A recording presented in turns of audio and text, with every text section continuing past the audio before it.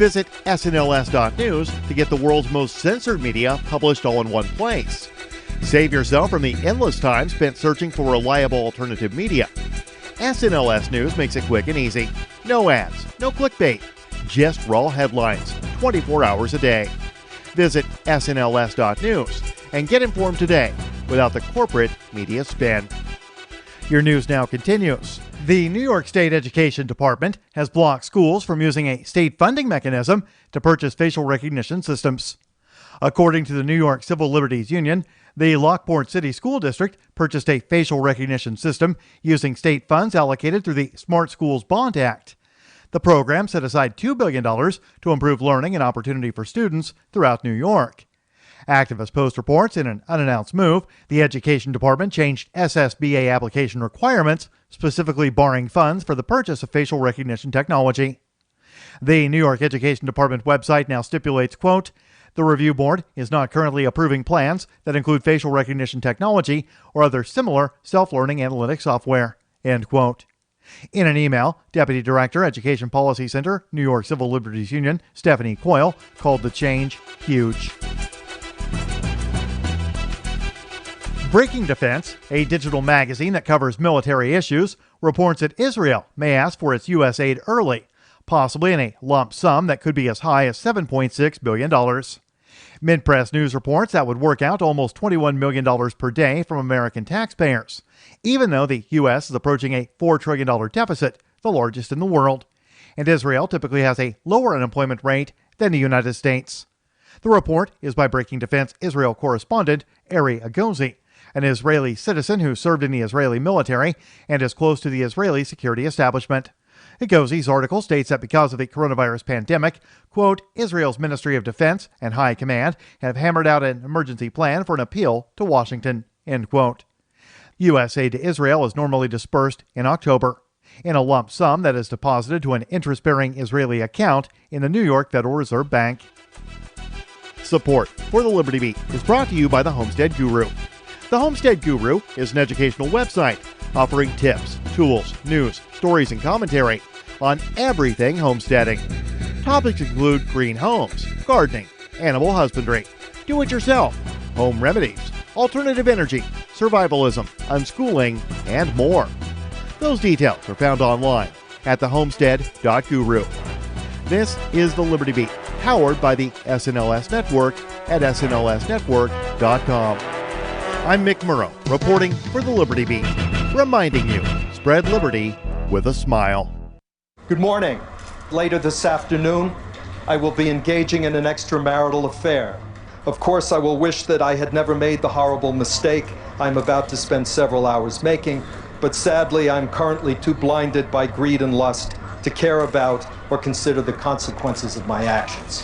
The liaison I will be taking part in shortly with two poor deaf teenage runaways is in direct opposition to the values you elected me to uphold. I also wish to apologize to my wife, Linda, to my two beautiful children, Allison and Christopher. It hurts me more than you will ever know that this scandal will impact your life so terribly. I can only pray that the revelations you will soon hear concerning my fetishes, physical flexibility, and penis will not scar you to the point of dementia. Now, if you'll excuse me, I have to get to the hotel immediately, so I will not be taking questions. Thank you. This is the Onion News Network.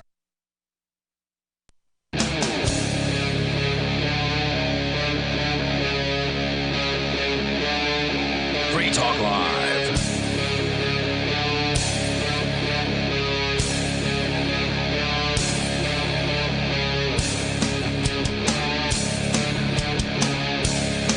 Hey, it's Free Talk Live. You can bring up anything that you want. Just dial in toll-free to join us here. Our number is 855-450-FREE like freedom. That's 855-450-3733. We have the Discord call-in line rooms over at discord.lrn.fm. So you can join us wherever you want. And if you're on Discord, you're going to sound pretty great. Or you can call in the regular phone lines. Did anything interesting happen in your area today? Because it sure did here in New Hampshire at Concord's State House.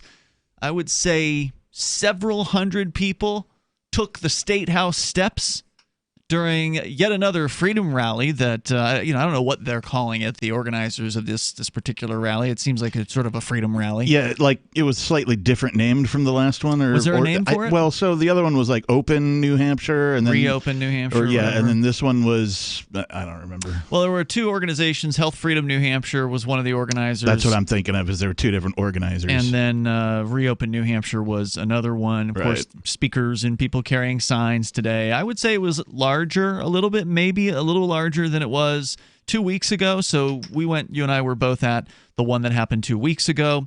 I actually went to one that some of our co-hosts and freedom activists here put together in Concord on the 1st of April. So this has actually been going on for an entire month at this point, because we had about 15 people out at the initial one that sort of what I would say broke ground, if you will, for this. And then 2 weeks later, there was this massive one that these other organizations threw, and then they did it again today, where unlike 2 weeks ago where it was cold and it was wet and rainy a little bit, it was close to freezing cold on that day, but today it was beautiful. The sun was out. It was warm. I had to take my jacket off. It was very, very nice out today. And I don't know what's going on in the rest of the USH, but here in New Hampshire, it's there's at least signs of rebellion. The rest of the USH, I don't know. I can't speak for them.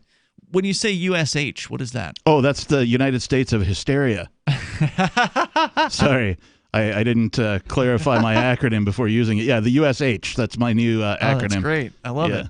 Yeah, there wasn't much hysteria today. As far as there was some people that drove by and heckled or flipped the bird or whatever. So there's always going to be angry people driving around in their cars with their masks on.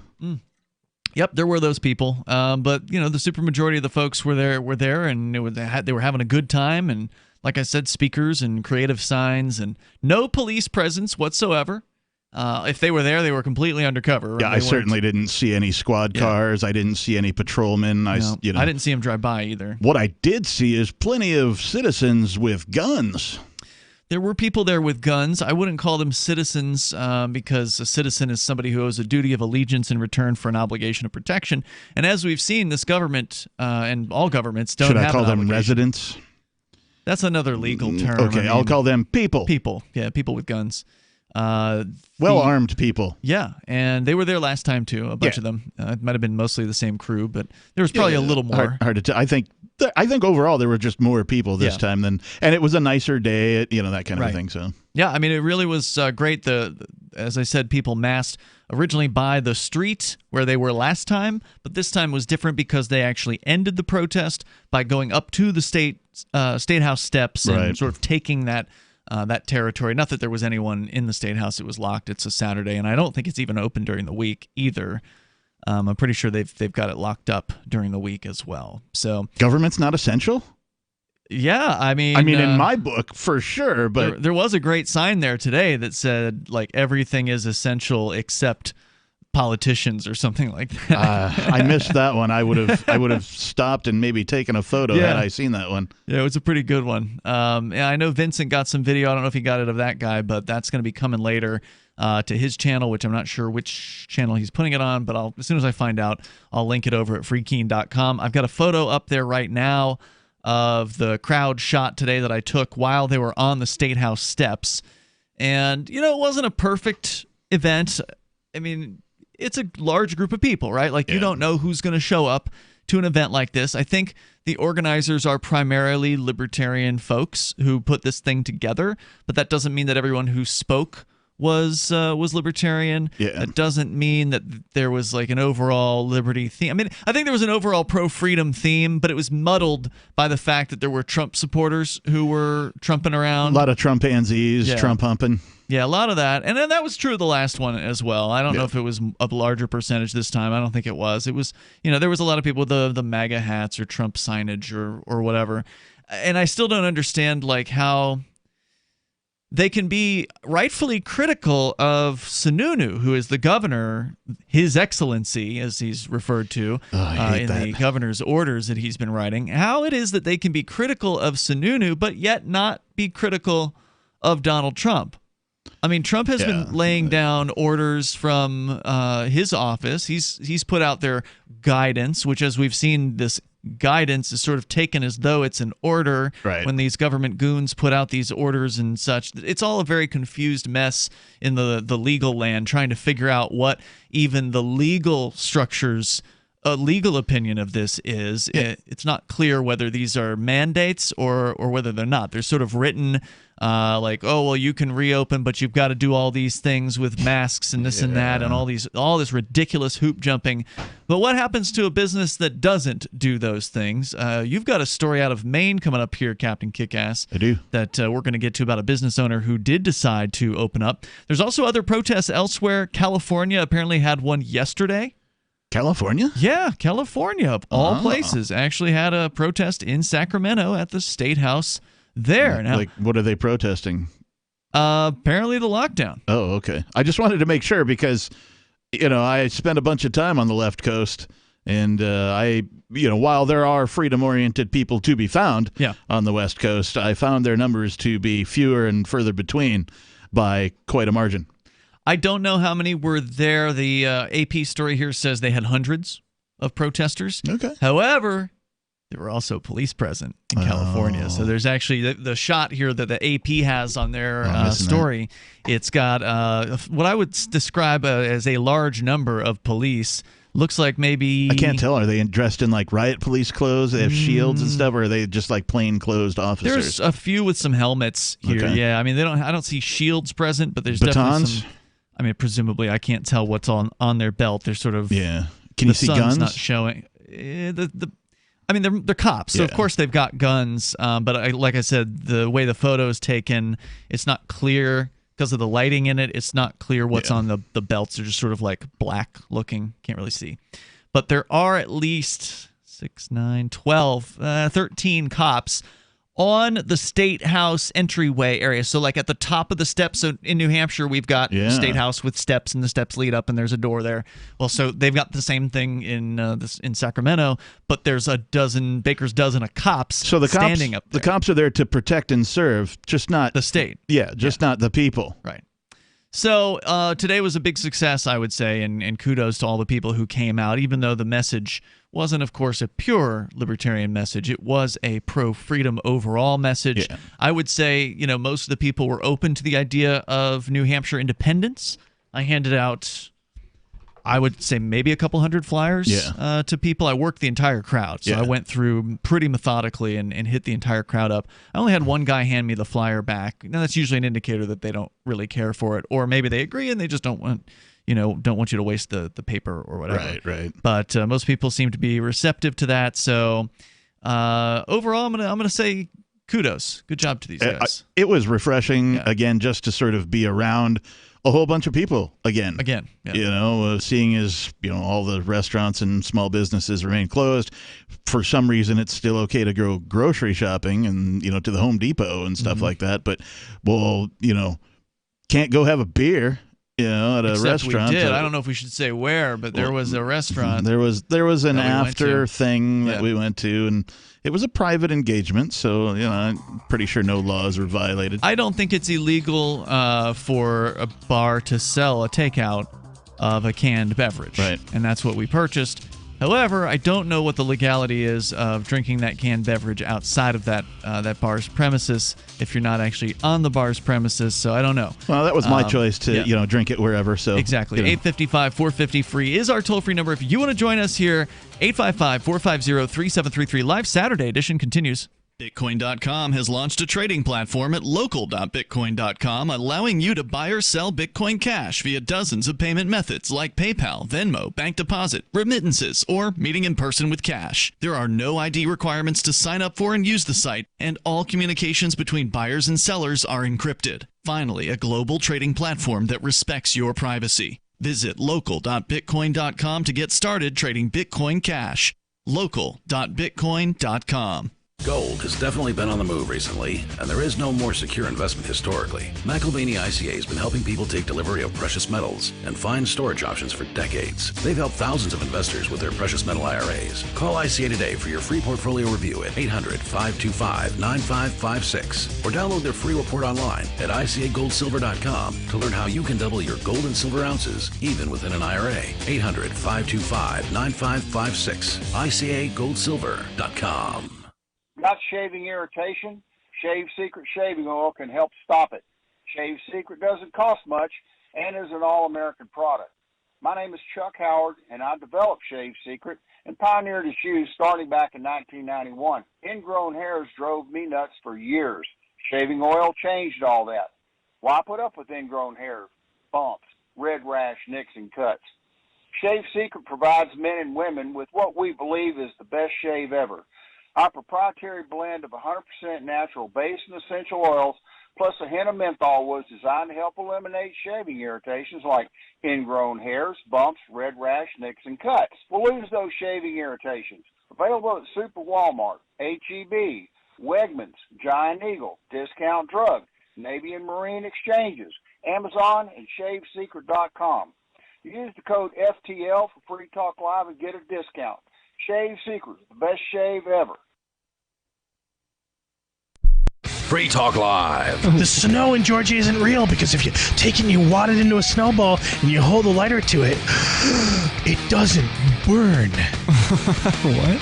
Yeah, that's the way snow behaves everywhere because it's ice. And there's considerably more air and heat energy in a snowball than there is in a tiny little lighter. But the fact that so many people can't you cut the Southerners a break? I mean, they've never seen No! snow. If you think that there's a conspiracy out there to spray plastic snow across the Oh, entire, is that what they're saying? the entire state of Georgia and you think that the snow isn't real, you're a moron! Wait, is that what they actually say in the video? That they're being, like it's chemtrails? Yes! There's hundreds of videos of people going, this isn't snow, it's not real, it's fake. My friends and fellow patriots, a conspiracy. They're spraying chemtrail snow all over the state of Georgia. Free Talk Live, 7 nights a week from 7 to 10 Eastern, live on the Liberty Radio Network at LRN.FM.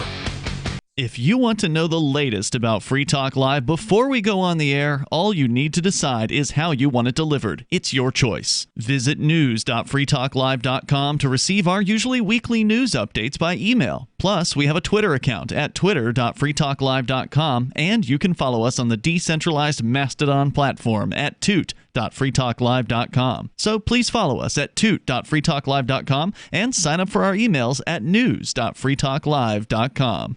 Are you tired of your taxes funding endless occupations around the world? Antiwar.com is run by people who understand that wars abroad become wars at home, wars on our freedoms. Antiwar.com is dedicated to bringing you the latest in news, views, interviews, and reviews from the top movers and shakers in the anti-occupation movement. Antiwar.com has it all, from thorough foreign policy analysis to interviews with whistleblowers who used to run the military-industrial complex. Anti-war, pro-free market. That's antiwar.com. What's up next? Visit the Liberty Radio Network program guide to find out at shows.lrn.fm. That's shows.lrn.fm.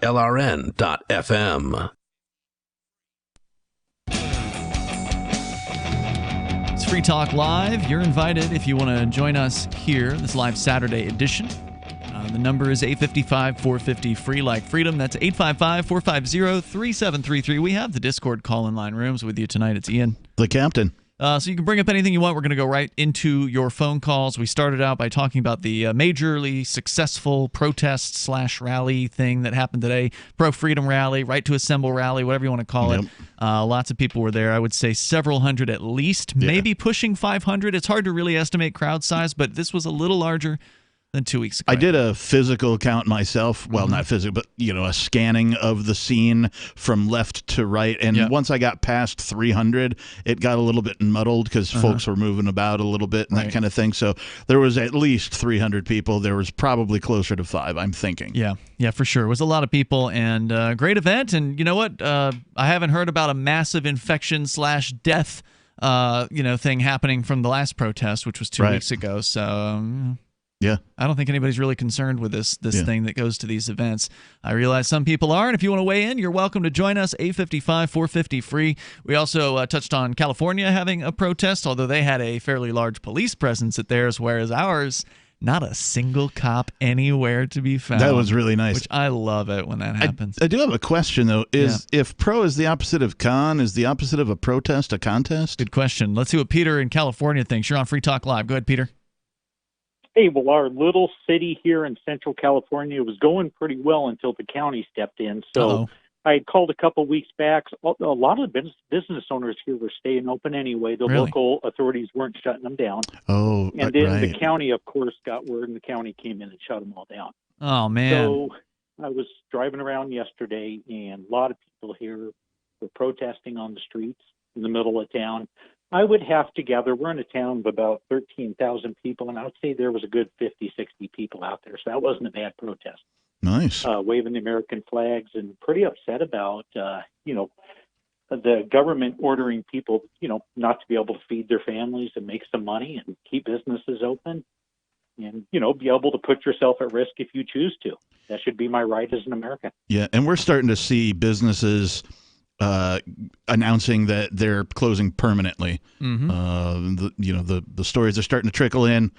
I figured that this was going to happen. I don't see, even with like the reopening mandate / suggestions / whatever these governors are calling these things, even with those going on, some of these businesses are going to look at that and go, there's no way this would be profitable for me to do. No, they want, in a lot of cases, floor space or the amount of customers allowed in per whatever to be cut by at least half. Yeah, if not more. Yeah, that's what they're talking about here. Right, tables will have to be taken out of restaurants and that sort of thing. Go ahead, Peter.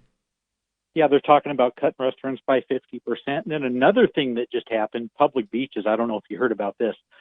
In Southern California, public beaches, they're physically closing them. Mm-hmm. They tell you can get out for outdoor activity. Well, you get in the water, you're not around anybody, you're surfing, whatever you're doing, and you're not infecting anybody. But the governor shut down all the. I know in Orange County they shut down all the beaches. People really. Peter, how does one physically close down a beach? I mean, it's sand. Well, they don't. And transition into water. So I'm gonna guess they're putting barriers up at parking lots. That's just a guess. And then they're going to have to, the local police will have to enforce it, which from what I'm hearing, the police aren't going to enforce it. You get. I saw photos from I saw photos. I think it was yesterday or a video from maybe it was Huntington Beach in California. I think that was what it was called, where there were what looked like hundreds, if not 1,000+ people in the streets in front of the beach.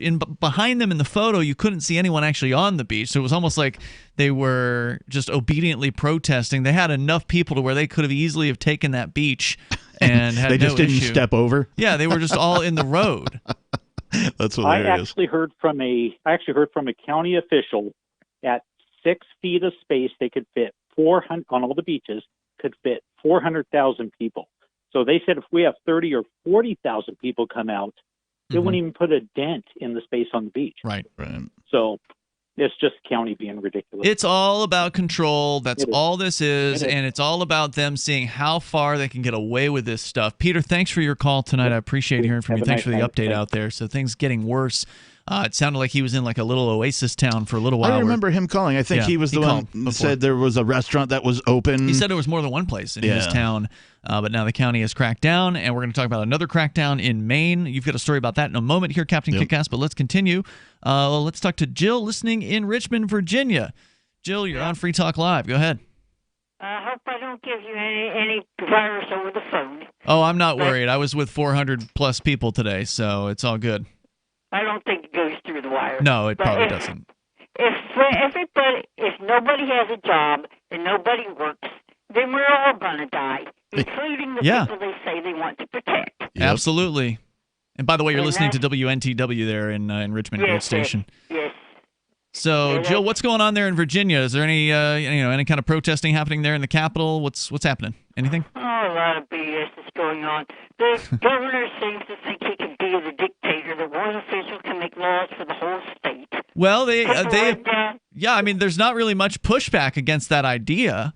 As I understand it, they did sue in Michigan. The state Republicans are suing the governor there, saying that she's overstepped her boundaries. But ultimately, it's still just asking the state to approve or disapprove of the state's own actions. Right. So it wouldn't surprise me if the Supreme Court in Michigan comes back and is like, well, nope, you can do this, or she can do this. It's just like the police when they investigate themselves and find they didn't do anything wrong. There was some sort of protest down at the Capitol. I heard there were people in cars and honking horns.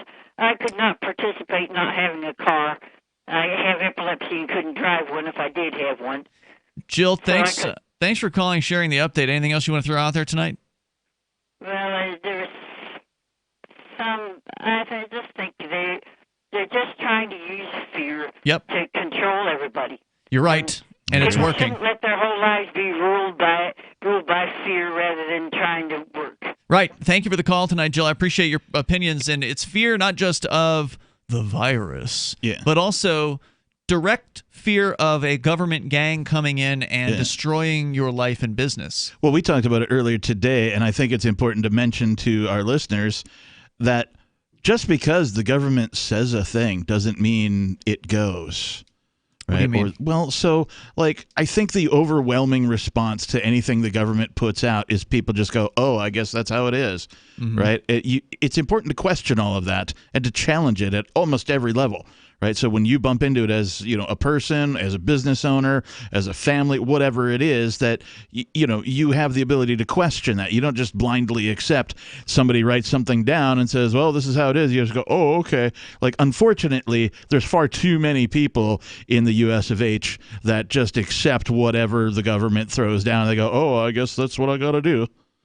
Unfortunately, they do. And even for those that question it, that doesn't go far enough because you actually also have to take action. Yeah. You cannot beg for your rights to come back. You have to embrace those rights. You have to utilize those rights. You have to stand up and say, I'm going to run my business and I'm not going to ask permission to do so.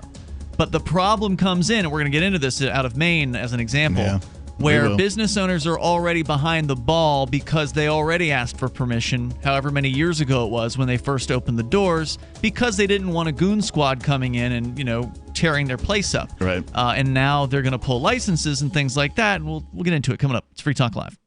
Do you want more businesses accepting Bitcoin Cash and Dash? Now with AnyPay, you earn passive income for every purchase at those businesses. Finally, a financial incentive to spread Bitcoin Cash and Dash. You made it happen, so you get the rewards. Download the AnyPay Cash Register app and add your cryptocurrency wallet addresses.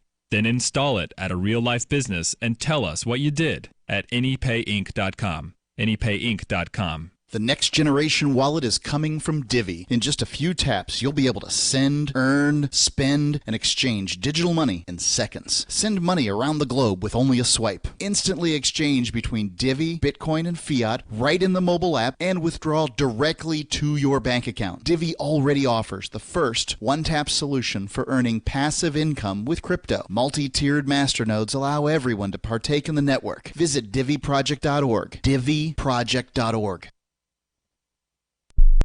The political world is a maddening cesspool of corruption and lies. Nobody tells the truth. Nobody keeps campaign promises. Nobody obeys the Constitution. Nobody puts the people first. How can we ever escape this web of tyranny? Vote for nobody. Hi, my name is Nobody. I'm running for governor of New Hampshire because nobody knows how to live your life better than you do, and nobody deserves that kind of power. I want to put you back in control of your money, your lifestyle, your work, your body, and your life. Nobody should rule you but you. New Hampshire convicts many people of so-called crimes that should never have been prosecuted. If elected, I will pardon every victimless crime in New Hampshire history. This includes drug, gambling, prostitution, gun, and driving offenses. Nobody should have a criminal record when they have not harmed anybody. Wouldn't it be nice to have nobody telling you what to do?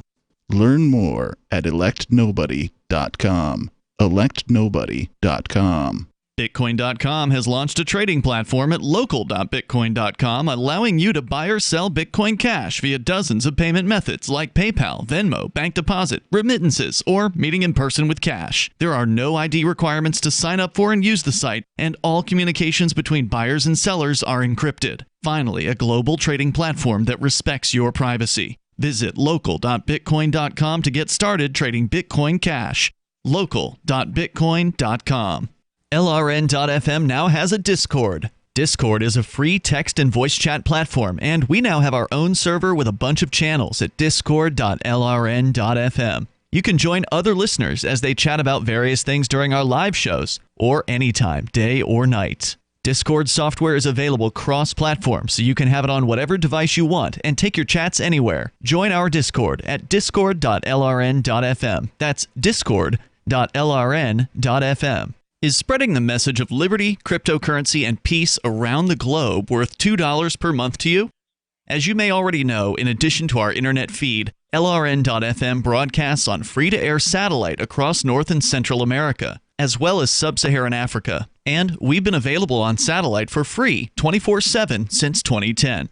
The LRN.FM free-to-air satellite signal is reaching some of the most oppressive regimes in the world, and there's no doubt our ideas are making an impact. You can learn more about the channel's impact by watching the 3-minute video at fund.lrn.fm. If you'd like to help free minds globally with our ideas of liberty, cryptocurrency, and peace, you can donate as little as $2 per month via fund.lrn.fm. You can help us continue and expand our satellite broadcast to multiple continents. Visit fund.lrn.fm today, and thank you for your help. Don't forget to share the link on social media. That's fund.lrn.fm. Join the LRN.FM Discord for live chat 24/7 at discord.lrn.fm. That's discord.lrn.fm.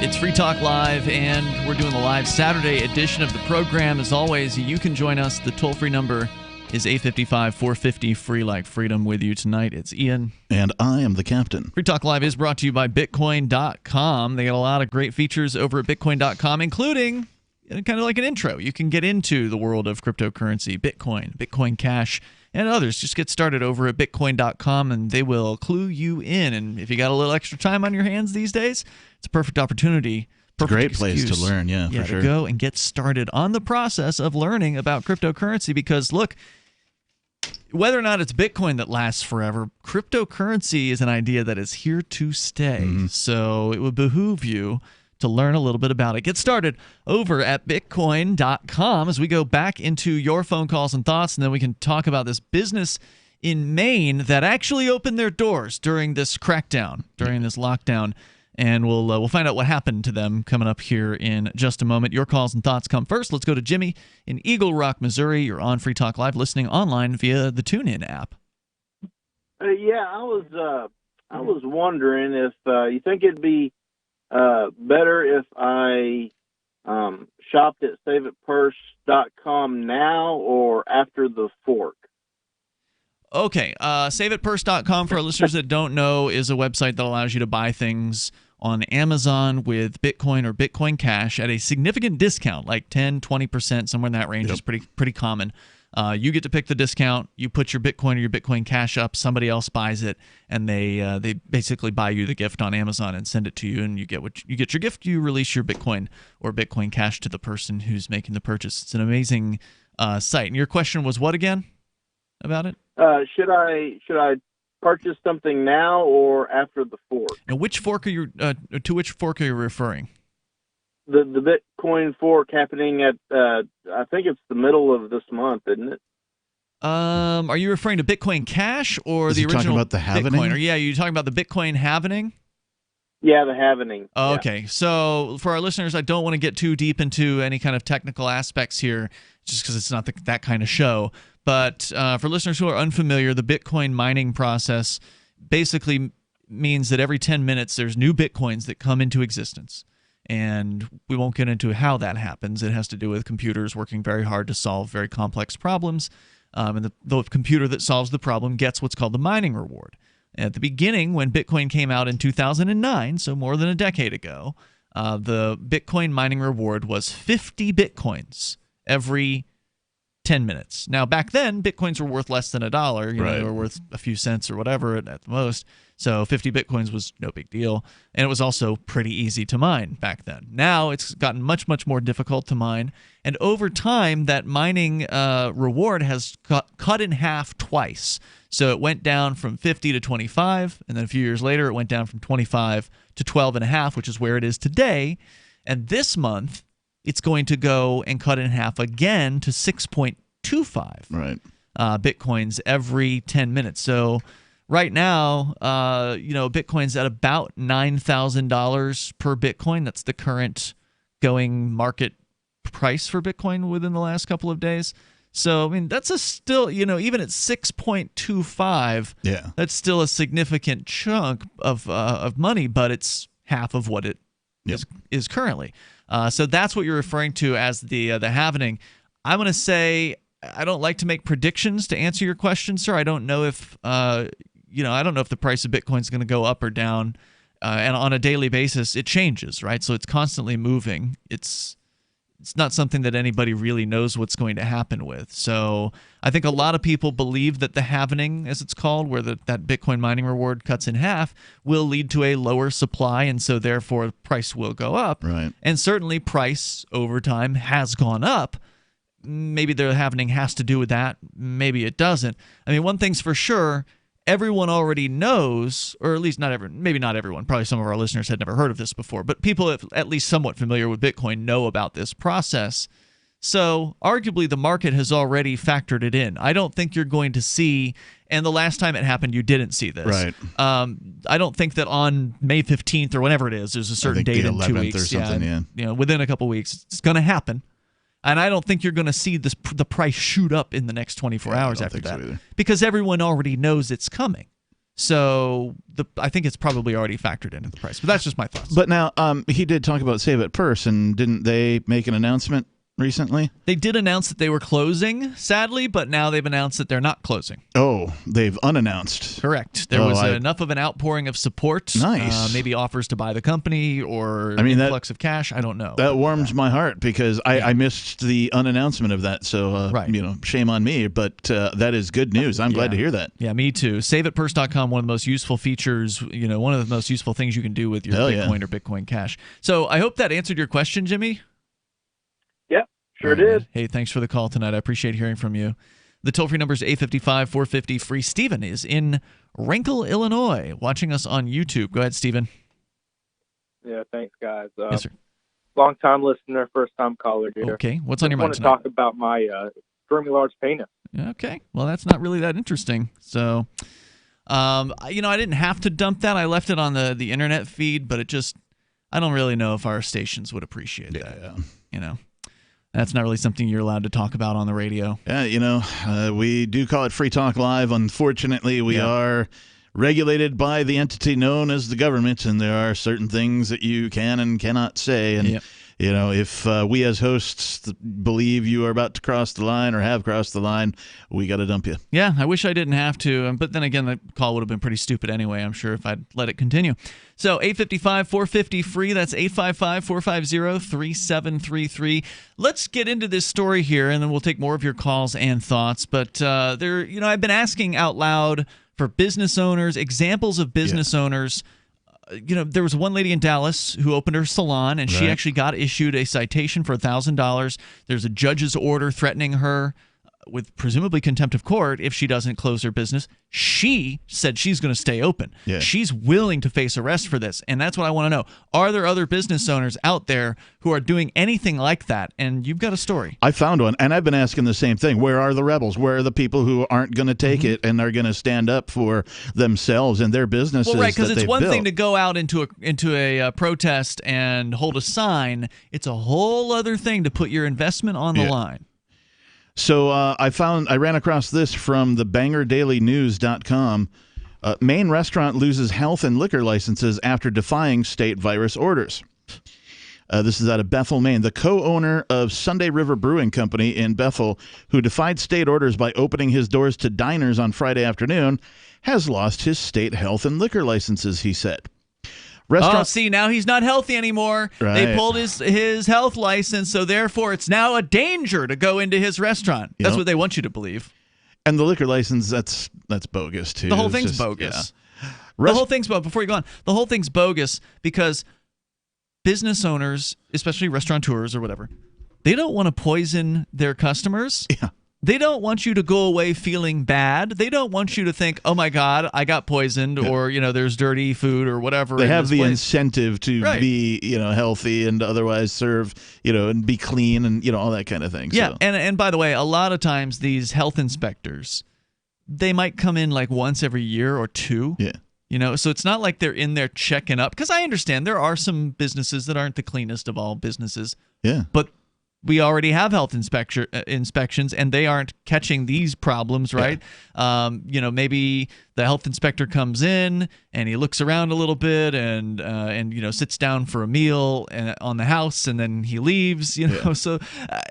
There could actually be stricter inspections in a free market situation. Like a business owner could submit themselves to a third-party inspector that may actually even have more strenuous standards. Yeah, absolutely. And I would love to see more of that take place, right? Sort of a consumer reports of inspections, right? Something, powered by the restaurant industry themselves could get together and say, hey, we want to hire this, third party, to do these inspections. Well, there's already ServSafe certifications for people behind counters and such that they go through those, and a lot of businesses do have levels of cleanliness requirements, like franchise, for instance, operations in a lot of cases have their own set of standards that are better than the government standards. So there's more coming up. We'll get into what happened to this restaurant that dared to open. Houseflies defecate every 4 to 5 minutes, spreading diseases and germs. Protect your food and your health with Bug Assault, a miniaturized shotgun which utilizes ordinary table salt as ammunition.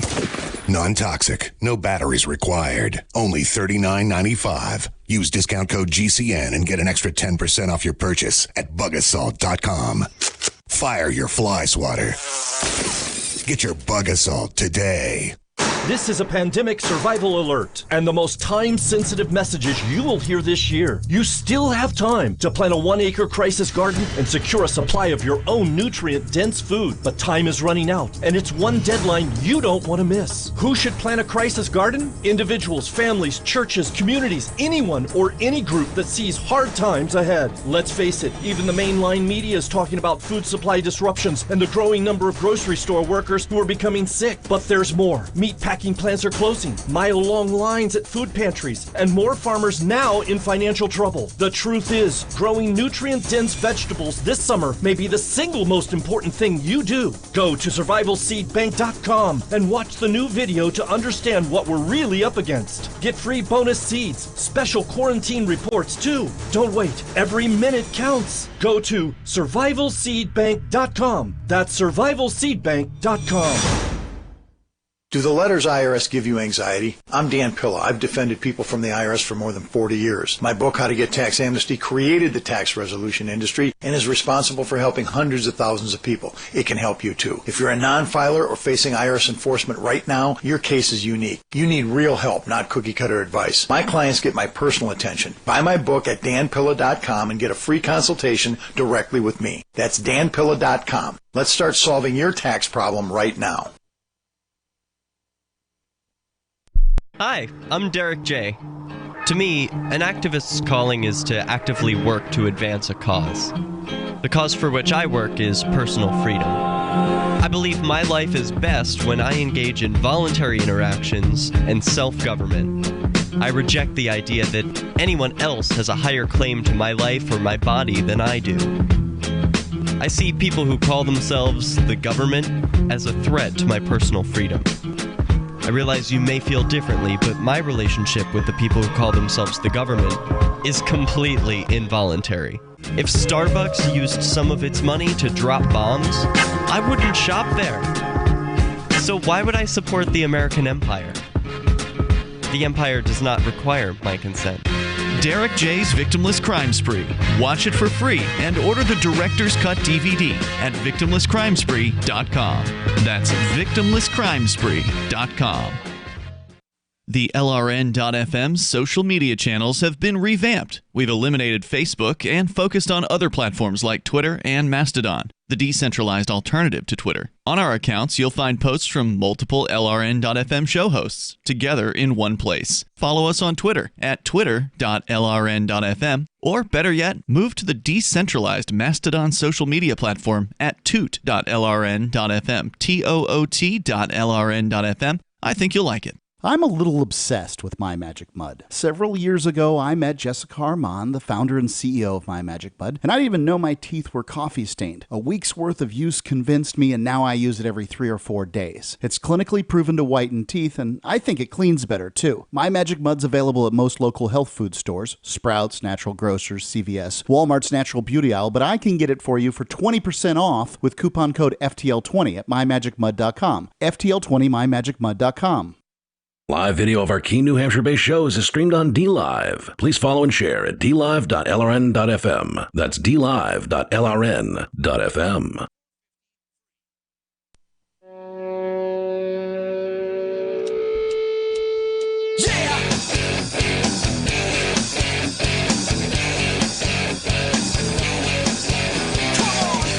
Free Talk Live. You dial in toll free, bring up anything you want. We're on the live Saturday edition of the program. And you can join us online over at freetalklive.com. You can join the Free Talk Live amp program like Carl with a K. Carl did. He's a platinum amplifier, which means he's given above and beyond the Call of Duty. We ask for $5 a month. Carl's doing at least $25. Thanks, Carl. Per month via the AMP program to help us advertise, market, and promote Free Talk Live, to help us get on more radio stations around the United States and bring new internet listeners on board, expose new people to the ideas of freedom, because, well, they're needed now more so than ever, it seems. Yeah, and we're the only syndicated radio show doing this kind of stuff. At this level, yeah, that's for sure. You can go to amp.freetalklive.com. You can join the AMP program there, just like Carl did. And again, it's only $5 a month by default, so please hop on over there, and it helps us out, and we really appreciate it. You'll get some cool perks, some bennies, if you join up over at ampamp.freetalklive.com. So thanks, Carl, for that.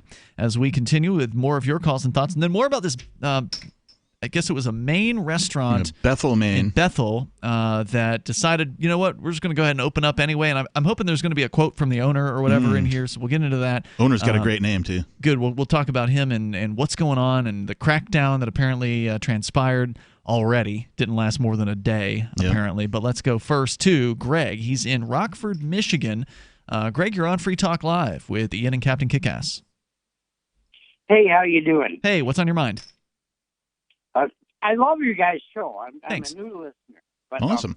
I think through this whole thing, President Trump got snowballed, kind of like forced into maybe this thing. And I might be the first to say that, but no, you're not the first to say that. I mean, there's a bunch of sort of Trump excuse or apologists, I guess, out there who try to, act like Trump is somehow on the side of freedom, but he's just a dope, and and all these people, they managed to tell him what to do, and he just doesn't have any willpower of his own. But yet then they also paint him in another light whenever it's convenient, and that is how independent Trump is, and that Trump is, he's doing his own thing, and he's playing 7D chess, and that he's so like the whole message behind this Trump is just a bunch of BS to me.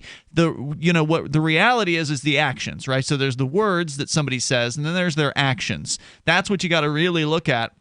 And Trump has been backing up the state governments. Yeah, sure, he's been critical of some of the Democrats, but he hasn't criticized Sununu.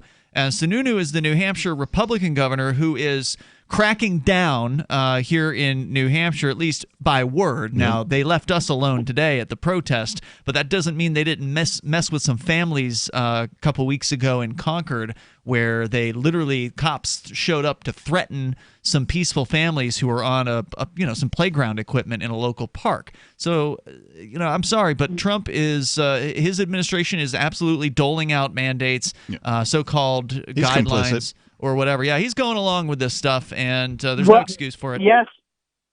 Yes, he is, and so is our governor. Yep. And as someone who's been in Michigan my whole life, a bunch of us had this stuff back in January and February. We had it. We went through it. We had it where you can't breathe. You try to take a breath and you go, and that's the reality of what it is. Mm-hmm. It's bad. It is bad. Mm-hmm. You don't want to get it, especially if you're older. I'm 55 and have, some heart issues and COPD and all the crap. Mm-hmm. I was a carpet cleaner for 30 years, so I breathed restoration, chemicals. Oh, boy. So, you know what? The thing of it is, nobody actually there's nobody in the country that was prepared for this at all. Well, I mean, I don't think that there really needed to be a preparation for this. I understand that people are, running around, Chicken Little, my God, the sky is falling, it's so terrible. But is it really so terrible? I mean, honestly, it doesn't seem to be killing that many people, all things considered. Yeah, let's just say that, the first model that came out was overwhelming. Everybody looked at it and went, oh my gosh, we got to do something now, right? But and they originally said, hey, let's shut everything down for 2 weeks. And they kept kicking the can down the road. And now they continue to kick the can down the road despite the new data that has come forth and says, well, it's basically as deadly as the seasonal flu. Maybe slightly more, but that's really about it. I like that you guys kind of look at both ends of it, and you're not completely agenda driven, Well, I do have an agenda. I mean, I'm not going to hide my agenda. My agenda is freedom. I want people to be free to make choices and take a risk if that's what they want to do. Greg, thanks for the call tonight, man. I definitely appreciate hearing from you. Hey, yeah? Huh? Good show. All right, thanks, Great man. show. Appreciate it. That's Greg there in Michigan. Our toll-free number is 855-450-FREE. That's 855-450-3733. And that was the disappointing part of the protest today, and we touched on this earlier, but that there were so many Trump people there who seem to think that Trump is somehow on the side of freedom, and he's not. No. Okay? I mean, he may say some things that are entertaining. He may say some things that make him look like he's a little better in certain circumstances than your typical politician, but he's not doing anything that's any different than typical politicians. He's signing the bill for 12, however many $1 trillion, 2, 3, 4 trillion. They're going to be adding to it. They're not going to just stop at 2.2. I think they had another $500 billion come right after that for more so-called business loans. I don't know, upwards of $5 trillion injected into the monetary system since COVID. Yeah, and isn't that like the largest increase ever of the budget? And let's not forget 30 million unemployed people. 30 million unemployed people. Now, my cursory math suggests that before COVID, there was approximately 165, maybe 170 million people in the workforce. Wait a minute. Where's that number come from? Is it the number of applications to unemployment, the 30 million? 30 million, yeah. That's 30 million new applicants since March 13th. Remember, there are websites for these unemployment systems that have crashed because there are so many people trying to get into it. There have been people who've been saying that their full-time job is now applying for unemployment, just trying to get through this Byzantine difficult system that crashes and is run by bureaucrats and is completely inefficient. So if there were actually efficiency with the government, which there isn't, right? But if there were actually efficiency with the unemployment process, would it be 50 million instead of 30? Well, and they're still coming in. So that's what I mean. Yeah, absolutely. But my point is that 165, 170 million in the workforce, 30 million now are no longer in the workforce. Those are just the ones we know about. Right, who have filed new claims for unemployment. So we did a little napkin math earlier. That's about 1/5 of the workforce. 1/5 of the workforce. One of the guys that was at the event, I don't know if he's an often listener, but I know he's sort of a friend of the show. He was there. I'm not going to say his name, but he said that there's this, what was the term that he used? The welfare cliff, which is the idea that he had a job as a painter prior to COVID, lost that job or was laid off or whatever. So maybe they'll hire him back. Maybe they won't. So he was laid off, and he's now applied and is, I guess, maybe collecting unemployment because he says that for him, he would take a 60% pay cut So that's the welfare wall or whatever, the welfare cliff. So in order to go back to work and return to the productive economy, he would have to forego receiving more unemployment, which pays him much greater than what he was being paid when he was working, meaning he would take a 60% pay cut if he went from collecting unemployment to no longer collecting and getting a paycheck. The amount of money coming into him would go down. Yep. So what is his incentive to go back to work? Well, when the unemployment runs out, that'll be the incentive. But outside of that, he doesn't have any, which is typical of a government program like that. Right. Well, of course, governments are out there talking about more checks to be cut and issued, and even maybe a monthly check or whatever. So that's going to keep a bunch of people on welfare if they manage to push that through. Let's go to your calls and thoughts, though. We got Graham on the line in Pennsylvania. Graham, you're on Free Talk Live with Ian and Captain Kickass. Oh yeah, hi. I called in about like the all those people who lost their jobs. You said about 30-some million. That's about right. Yeah, 30 million. Yeah, it's kind of speaking of that was earlier this year I lost my previous job working for one cleaning company. Mm-hmm. It was an independent company cleaning a hospital, Mm-hmm. a local hospital, but the local hospital was shut down because of fears of the coronavirus. And then after I got laid off from that job, I didn't apply for unemployment. I went out and looked for a job, and like less than 2 weeks later, I found another job at another company cleaning a government office. Well, it's good to know that you're able to find work out there if that's what you wanted to do. I'm not sure if that was the reason you were calling to the show. So I know you wanted to talk. I think you wanted to talk about protests. If you had something else to say, we can talk about that here. The toll-free number is 855-450-FREE. That's 855-450-3733. We'll also get back into the story about the restaurant in Maine that reopened, and they've cracked down on them. We'll tell you what happened coming up here in moments. Hour number 2 is next. This is Free Talk Live. Remember when you first heard about Bitcoin? How long did it take you to realize this little project would soon change the world? Do you kind of wish you had gotten involved sooner? Well, now is your chance to be a part of the next revolution in money. Intercoin is working to finally make crypto go mainstream. It's designed to be scalable enough to support everyday payments and even elections without the state. Bitcoin was originally supposed to be a peer-to-peer cash system, the way we would all pay one another without having to trust any third party. But instead, over time, it mostly became a store of value.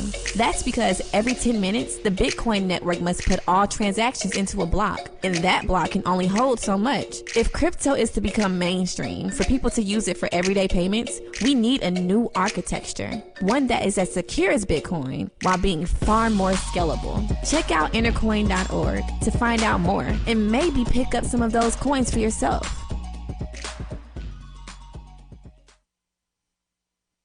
There are basically two types of advertising: direct response and branding. Radio's great for direct response with its low cost to listener ratio, but audio can't be beat for branding, which is a longer term endeavor. You want to be the first thing that someone thinks of when they think about your product or service. If you have a local business that you want kept top of mind in your community, call the station. If you need national reach, Free Talk Live's got around 200 radio stations, millions of monthly listening sessions, can suit all budgets, and if we don't think we're right for you, we'll tell you. Email me, mark@freetalklive.com. There are lots of ways to listen to Free Talk Live. Our podcast has been around since podcasts began, and now the FTL feed is loaded with content besides our full show archives. Did you know that we make it easy for you to customize your podcast subscriptions? We have different feeds, one that includes only our full shows, one with just the Daily Digest, and our main feed that includes everything. You decide what you listen to. It's quick and easy to customize your feeds at feeds.freetalklive.com. That's feeds.freetalklive.com. You're listening to the live edition of Free Talk Live. Hour number 2 is next, after the news, here on the Liberty Radio Network at LRN.FM. This is the Liberty Beat, your daily source for Liberty news and activist updates. Produced in partnership with the SNLS Network and listeners like you. Online at snlsnetwork.com. I'm Mick Murrow with your latest edition of the Liberty Beat.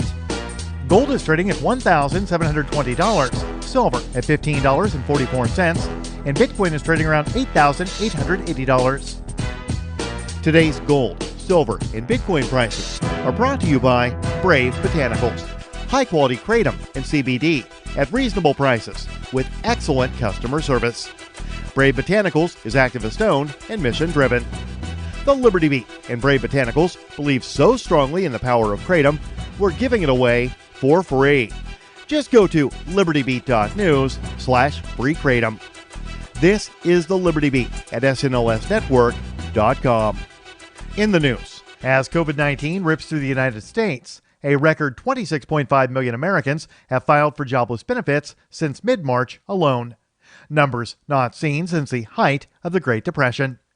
Mid-press news reports that tens of millions have been laid off, furloughed, or seen business dry up in a matter of weeks. The unemployment figures are actually a significant underestimate of the problem, according to a new study by the nonpartisan D.C. think tank, the Economic Policy Institute.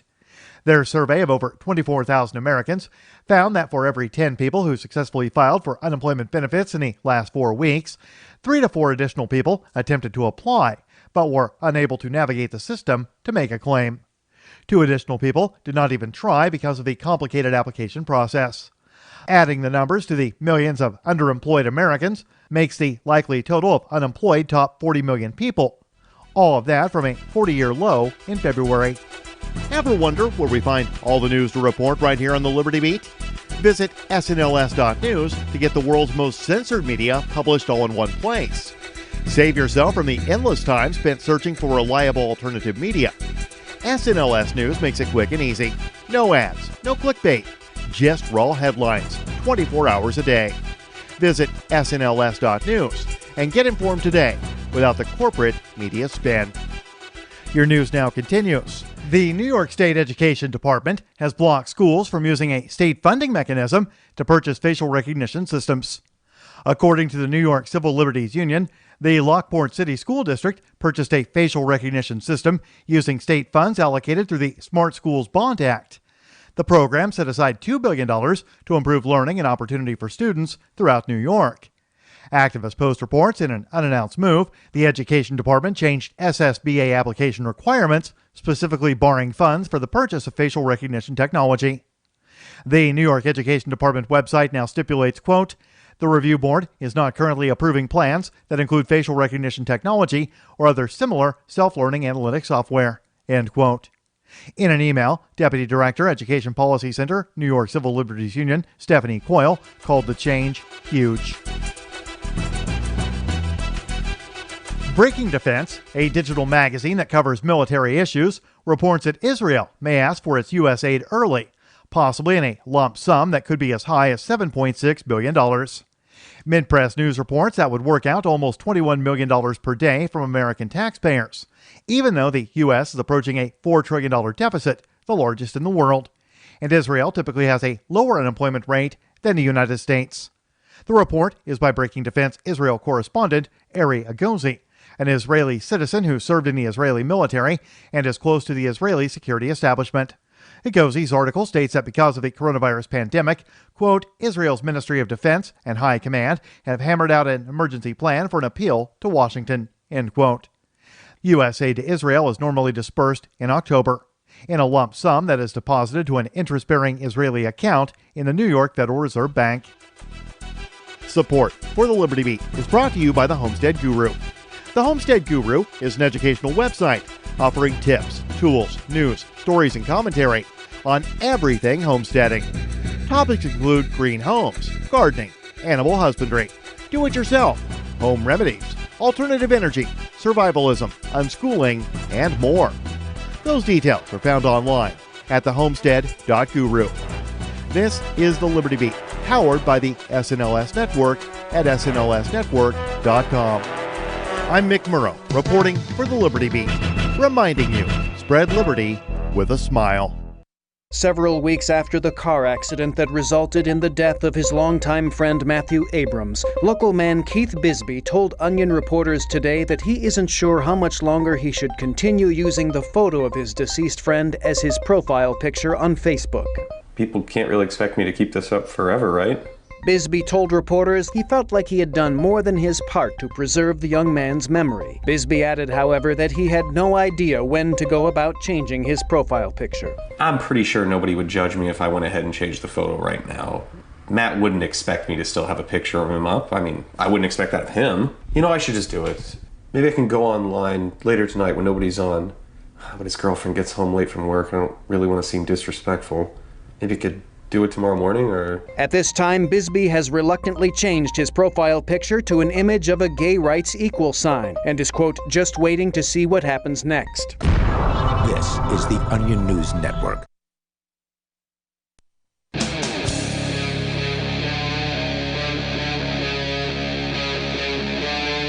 Free Talk Live.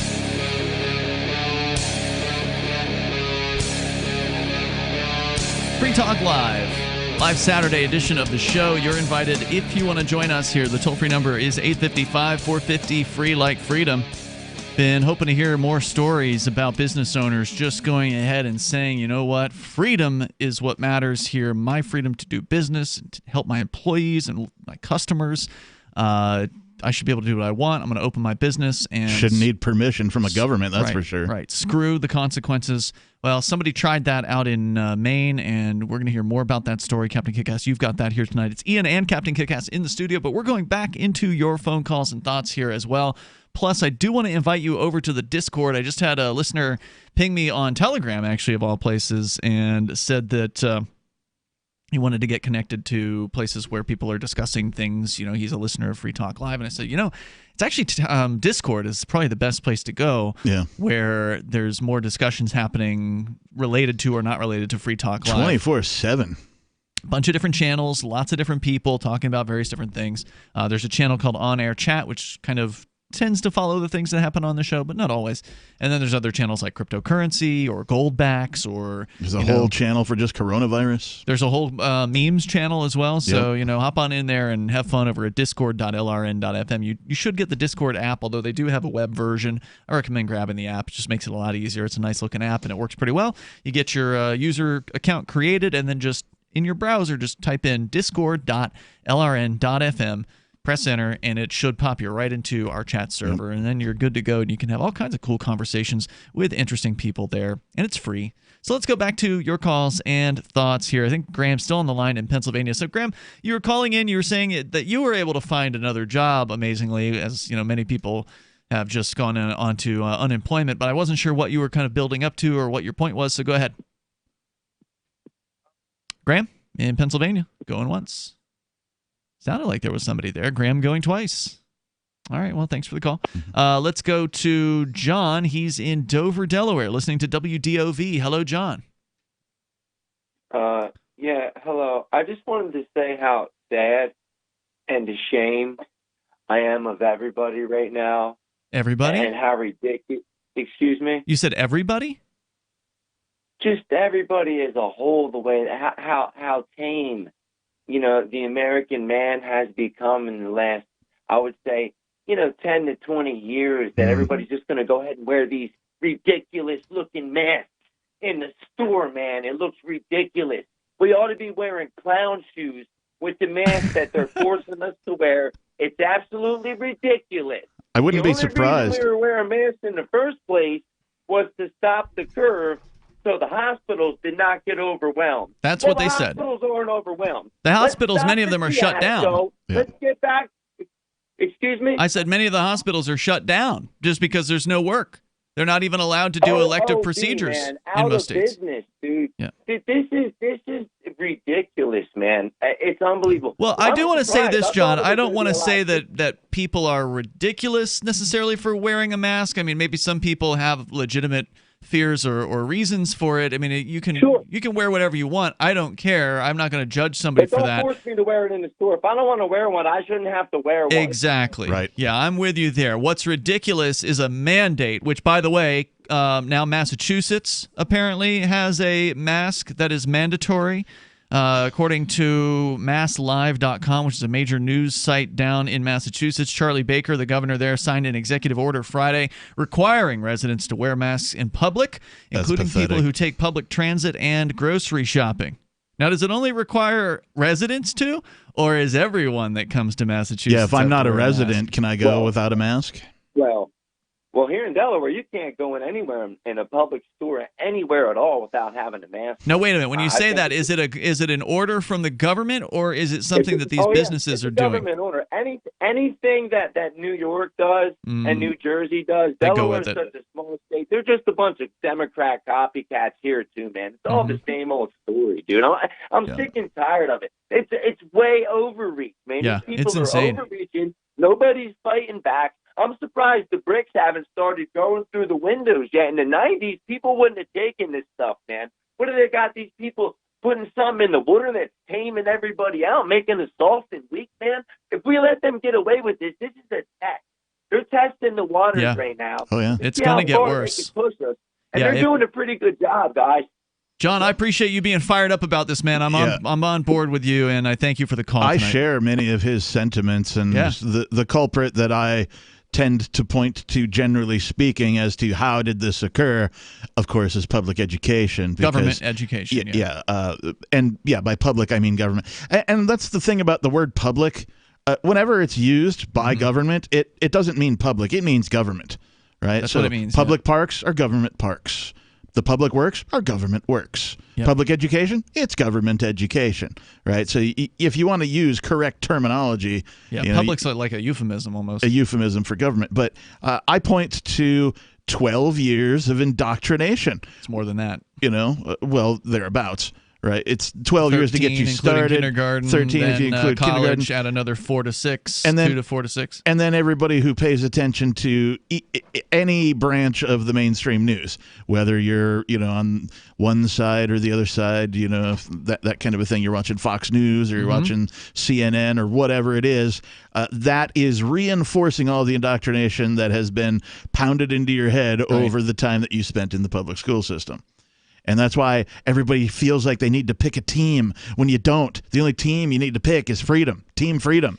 It's true. Let's go on and talk to Mark. He's in South Carolina. Mark, you're on Free Talk Live, listening to WTMA. Hey, y'all. Hey, what's on your mind? The other guy kind of hit on it a little bit. What I was calling about was the whole thing about shutting down everything was the mitigation on trying to keep it from overwhelming the healthcare system. Right. Well, now that all the numbers have come down, there's no reason for any of it anymore. Well, there's no good reason that you can see, but government has plenty of reason to not only continue, but make things more difficult for folks to return to the old normal because they want to institute this new normal. Yeah. Well, I think that they need to call it the COVID-19 because that's the real virus that's been unleashed on us. The what? The COVID-19. Government. Oh, gov. Yeah, Mark. It's definitely the government is a virus. It is the fear that is the real virus here that they want to infect you with, and that way you will think you need them to keep you safe, which, of course, is the main marching order out there. It says, stay home, stay safe. And it's like, no, I'd rather have my freedom. Thanks very much. I don't want to have this government safety. I drank 19 Coronas the other night. I couldn't leave the house. Thanks for the call, Mark. I appreciate it. Toll-free number is 855. That's a lot. I wonder if Corona's going to, come out with like a 19-pack now. I don't know, but they are shut down for the moment, according to the government of Mexico, at least as of, 2 weeks ago or something like that. Thanks for the call there. Let's talk to Robert. He's in Charleston, South Carolina, listening to WTMA. Go ahead, Robert. Yes, what I'd like to say is that I see that there's a common element or thread that runs between yourselves and the government. The government, as I tried to say before, is working on your behalf to manage things because. Don't be lying out there, because that's just a lie. They're not working on my behalf. I didn't ask them to do any of this, sir. In fact, I oppose the things that they do. So don't talk about that. That's nonsense. All right, well, look at it this way: the government will only go as far as you let them go. If your society is very well connected, if the fabric of your society is very well laced together, The government would never dare go beyond what they think you will allow them. Have you ever opened a history book, Robert? I sure have. I've Yeah? lived in different societies on 4 continents. I know exactly how it works. You should study the rise and fall of empires and then see what you have to say about how government never or would never go over the bounds there. Yeah, dude's full of it. Thanks for the call tonight. 855-450 free. He lives in some sort of a fantasy land where he thinks government is actually good and is helping people, and it's just not that way. It's a criminal enterprise from top to bottom, and they hurt peaceful people and threaten them, and that's how they get away with the things Over they're and doing over right again. now.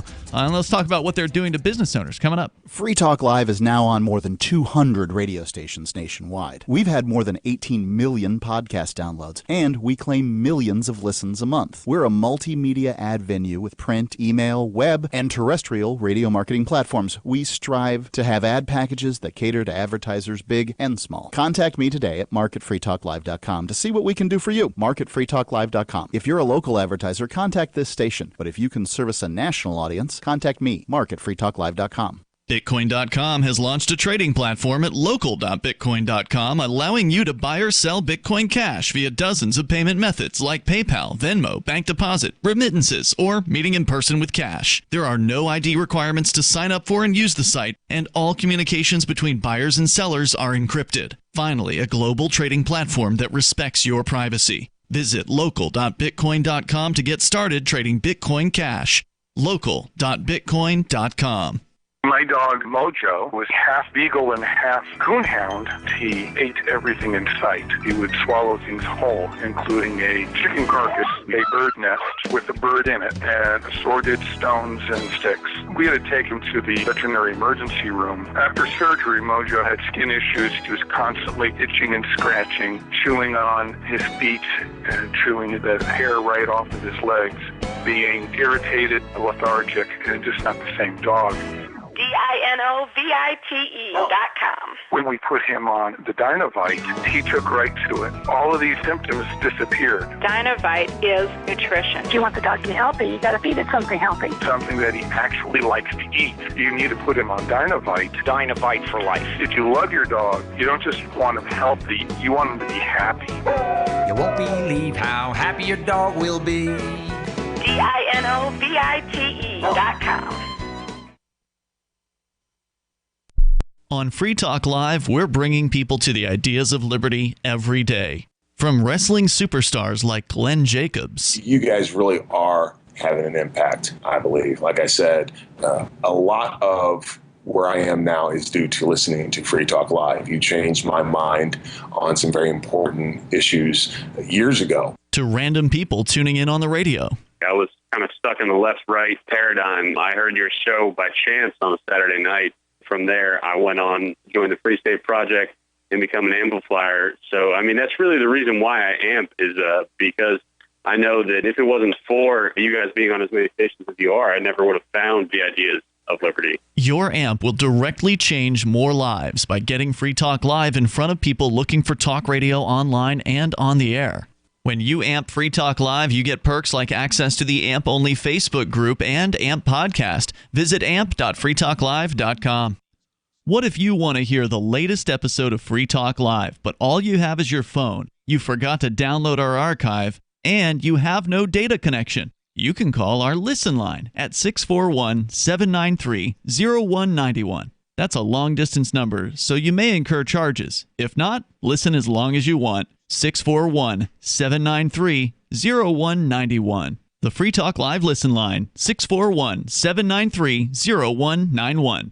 Looking for a great real estate investment? Consider New Hampshire, which is ground zero for the Liberty Movement. Your first call should be to Mark Worden from Porcupine Real Estate. He's more than just a real estate agent. He's your New Hampshire concierge. Where are the best places to live? Do you want farm, city, the burbs, or forest? Do you want a duplex or multifamily building so that renters pay your mortgage? There are homes in all price ranges in New Hampshire, and Mark can help with financing too. Invest in liberty and property. Mark Worden can help.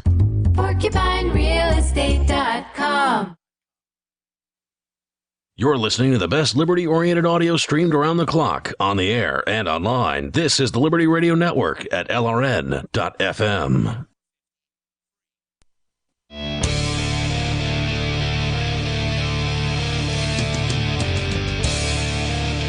Free Talk Live. You dial toll-free here. Bring up anything you want. Our number is 855-450-FREE like freedom. That's 855-450-3733.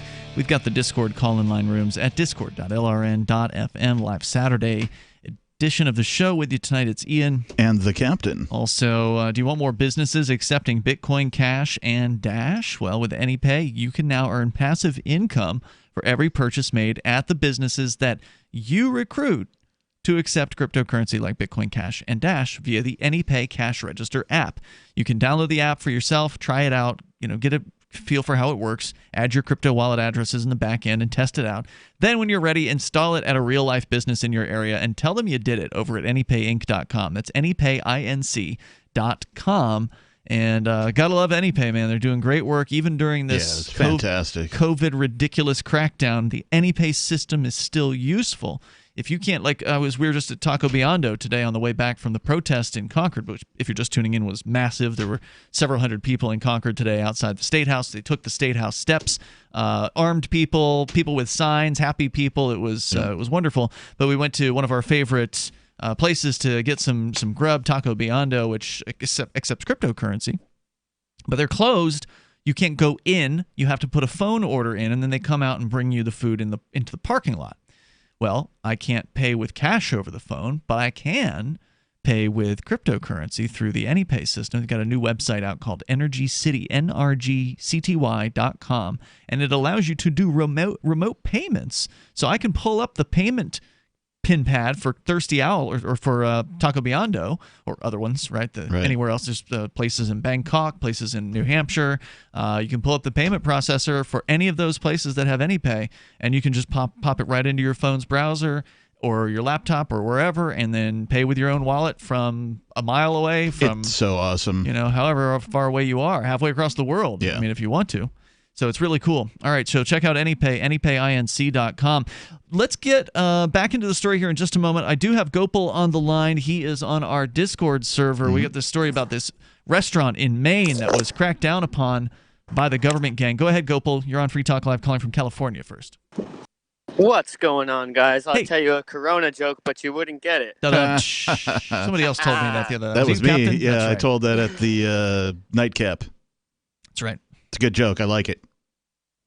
Yeah, so again, guys, I'm getting some weird responses from the Facebook normies out there. I posted this thing in support of the honorable memory of the Black Panther Party. This day in history in 1967, I believe. I learned yesterday during the Marianas edition that there was a entrance to the state building by the Black Panther Party, an armed entrance, and unfortunately, in California, it led to Oakland. But that was back in the good old days when you could open carry or something in California, because I'm pretty sure you couldn't do that today, right? Yeah, that's true. Right. Unfortunately, I think that had something to do with the end of open carry in California. Okay. But the point that I was trying to make was that I see some of the kind of far left media kind of saying that these Michigan armed people that are standing up for our right to a free market are terrorists, and I think that these are some of the same people that might follow the Black Lives Matter movement when, it was only some odd years ago when Black lives mattered enough that they could enter, you know what I'm saying? All lives always mattered. Black lives matter, of course. But I'm just saying how crazy it is that people have forgotten, Well, what you're pointing out is that these people are partisans. The people who are in favor of Black Lives Matter but calling the Michigan protesters terrorists, or might have been in favor of the black protesters from the Black Panthers in California, however many decades ago that was.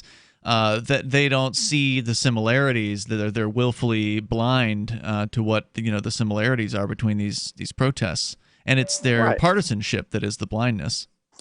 Right, and it's an armed society is a polite society, and no matter what demographic, age, color, race, or creed, if you want to defend your rights, I think that's what should be celebrated. And instead we get into a divide and conquer thing on Facebook. Oh, this is not the proper time to flex your white rights.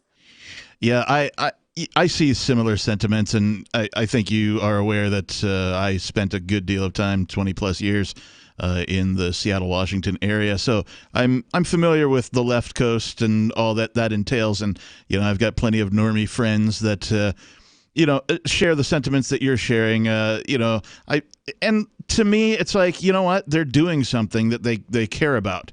Right? They care about freedom. They care about their rights. They care about what's going on. They care about maintaining their businesses that have been closed for what appears to be no reason, and that kind of a thing. And so at least they're doing something, right? It may not amount to much, but they're showing that they have some balls to go out and attend a protest instead of cowering in their homes, hiding behind their masks and doing whatever the authorities tell them.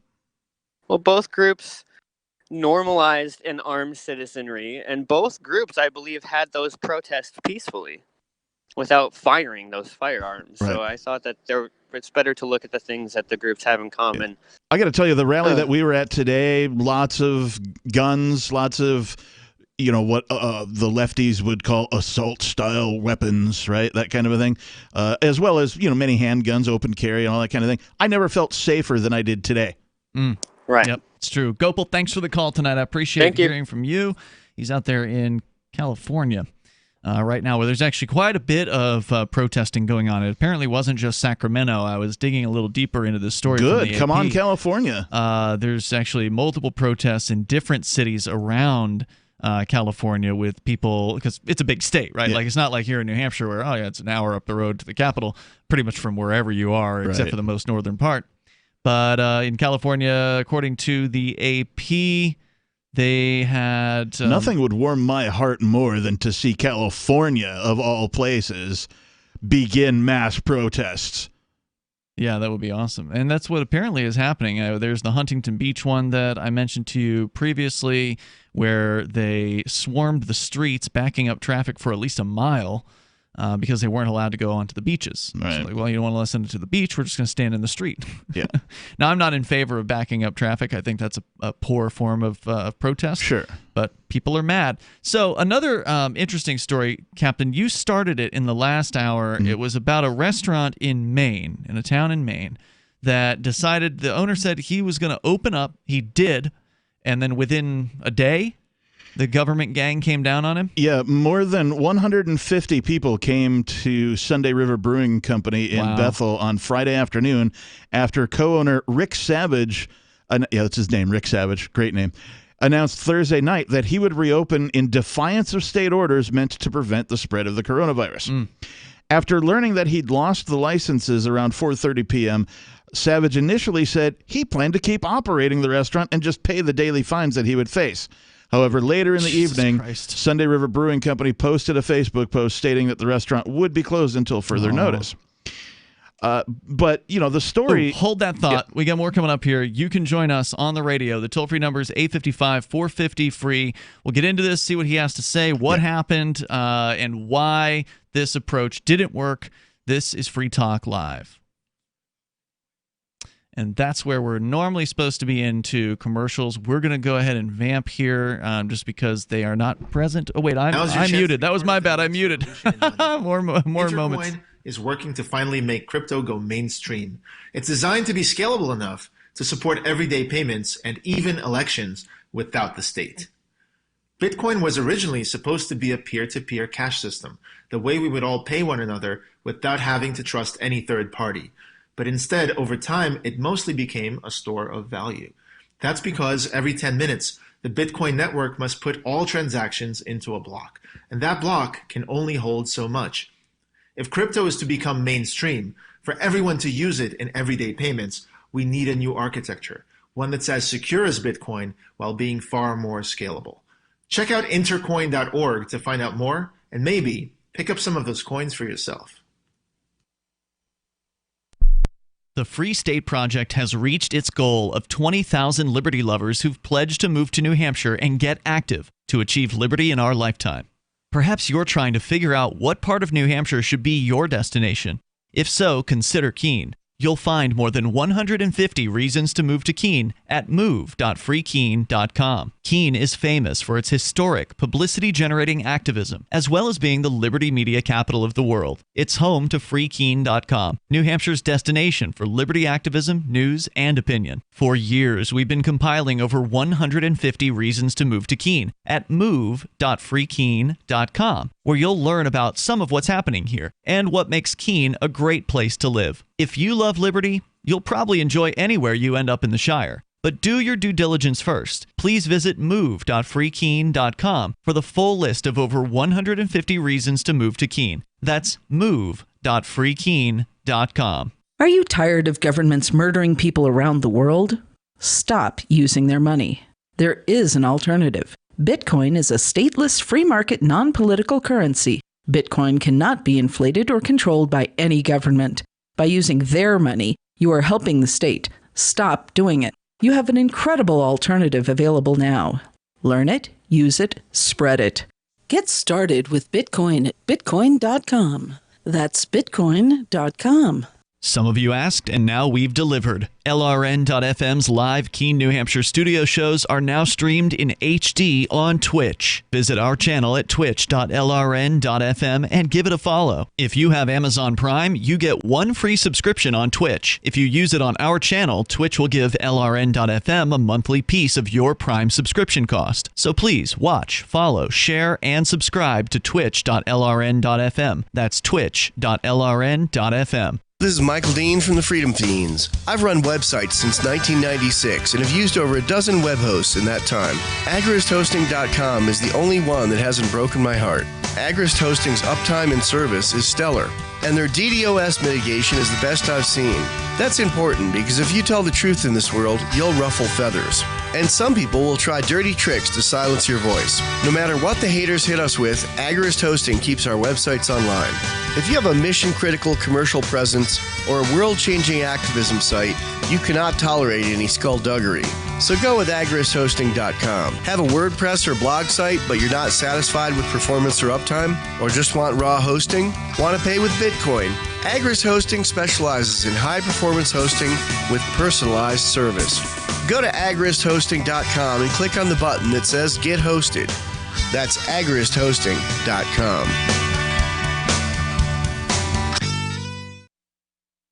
Do you love Twitter? Make sure you favorite the LRN.FM Twitter account so you can receive our tweets at twitter.lrn.fm. That's twitter.lrn.fm.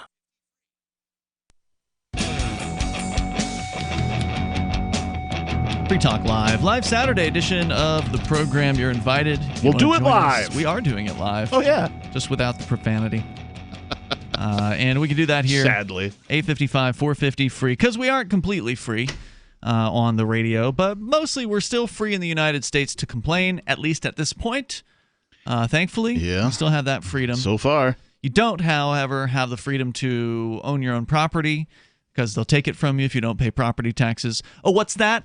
Your renters aren't paying right now? Mm-hmm. Well, I suspect the government isn't going to give you a break. I suspect that as well. I've not heard that they are going to. No. So the property tax bills here in New Hampshire, where we really live, high. well, especially in Keene, which is where we're doing the show from. They're particularly high here. They happen twice a year here. Now, not every town. I think some towns are once a year, but here it's twice a year. So the first half is coming. That's coming up this month. That bill's going to be arriving, and I suspect it's not going to have a little note. Got to pay your protection money included that says, "Oh, we're so sorry about this lockdown. We understand it's been really hard on you out there, so we're going to go ahead and cut your property tax bill by half, or suspend it entirely." And that's not going to happen. But yet people out there are not paying rent left and right. I'm curious how many government agencies have been furloughed, laid off, closed down as a result of their own mandates and coronavirus and that kind of a thing. I suspect that if they're furloughed with pay. I suspect none. Yeah, can you have that, furloughed with pay, suspended with pay? Yeah. It might be more accurate. But let's get back into this story here, Captain Kickass, because I think it's really interesting, and we'll talk more about this business in Maine that actually opened its doors, a restaurant. I saw the photo in the story from Bangor Daily News, literally a line of people outside, down the road, down the street in front of this place, who wanted to come in and just sit down and have a meal. Like they used to be able to. But I do want to tell you one thing before we do that, and that's about Divvy. It's a next-generation wallet coming from Divvy. In just a few taps, you'll be able to spend, earn, store, and exchange digital money in seconds. Divvy says you'll be able to send money around the globe in only a swipe and instantly exchange between Divvy, Bitcoin, and fiat currencies like the dollar right in the mobile app and withdraw directly to your bank account. There's no need to wait, though, as Divvy already offers the first one-tap solution for earning passive income with their multi-tiered masternodes, allowing anyone to earn by supporting the Divvy network. When the new Divvy wallet launches, because of their relationship with Western Union, Divvy will be in 200 countries, including the United States. You can learn more at DivvyProject.org. That's DIVI, DivvyProject.org. So where do we leave off here in this guy? So this guy, Rick Savage, he's the co-owner of Sunday River Brewing Company in Bethel, Maine, defied the order to stay closed. And apparently more than 150 people came on Friday afternoon after he announced Thursday night that he would reopen in defiance of state orders meant to prevent the spread of coronavirus.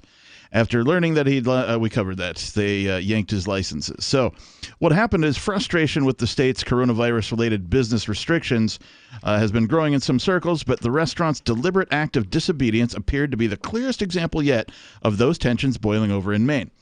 Although the restaurant initially said it would open at 4 p.m., it started serving food after people showed up around noon. Nice. Yeah. You don't want to turn away a customer. In defiance of a March order from Governor Janet Mills that barred dine-in restaurant service. Mm-hmm. By 4:30 p.m., the crowd of diners lined up around the building, as you pointed out, on Route 2, and had grown to a peak of around 150 people waiting in line by 6 p.m. The restaurant says they had served roughly 250 people, according to an employee of the restaurant. This guy, Rick Savage, who announced the restaurant's opening in defiance of the order on Fox News Thursday night while criticizing the Democratic governor and reading her cell phone number on the air. I like this guy a lot. Yeah. Said that he was not worried some of the diners coming from areas with more documented coronavirus cases would spread it in his restaurant. That was partly because he was enforcing distancing guidelines that other businesses have adopted during the pandemic.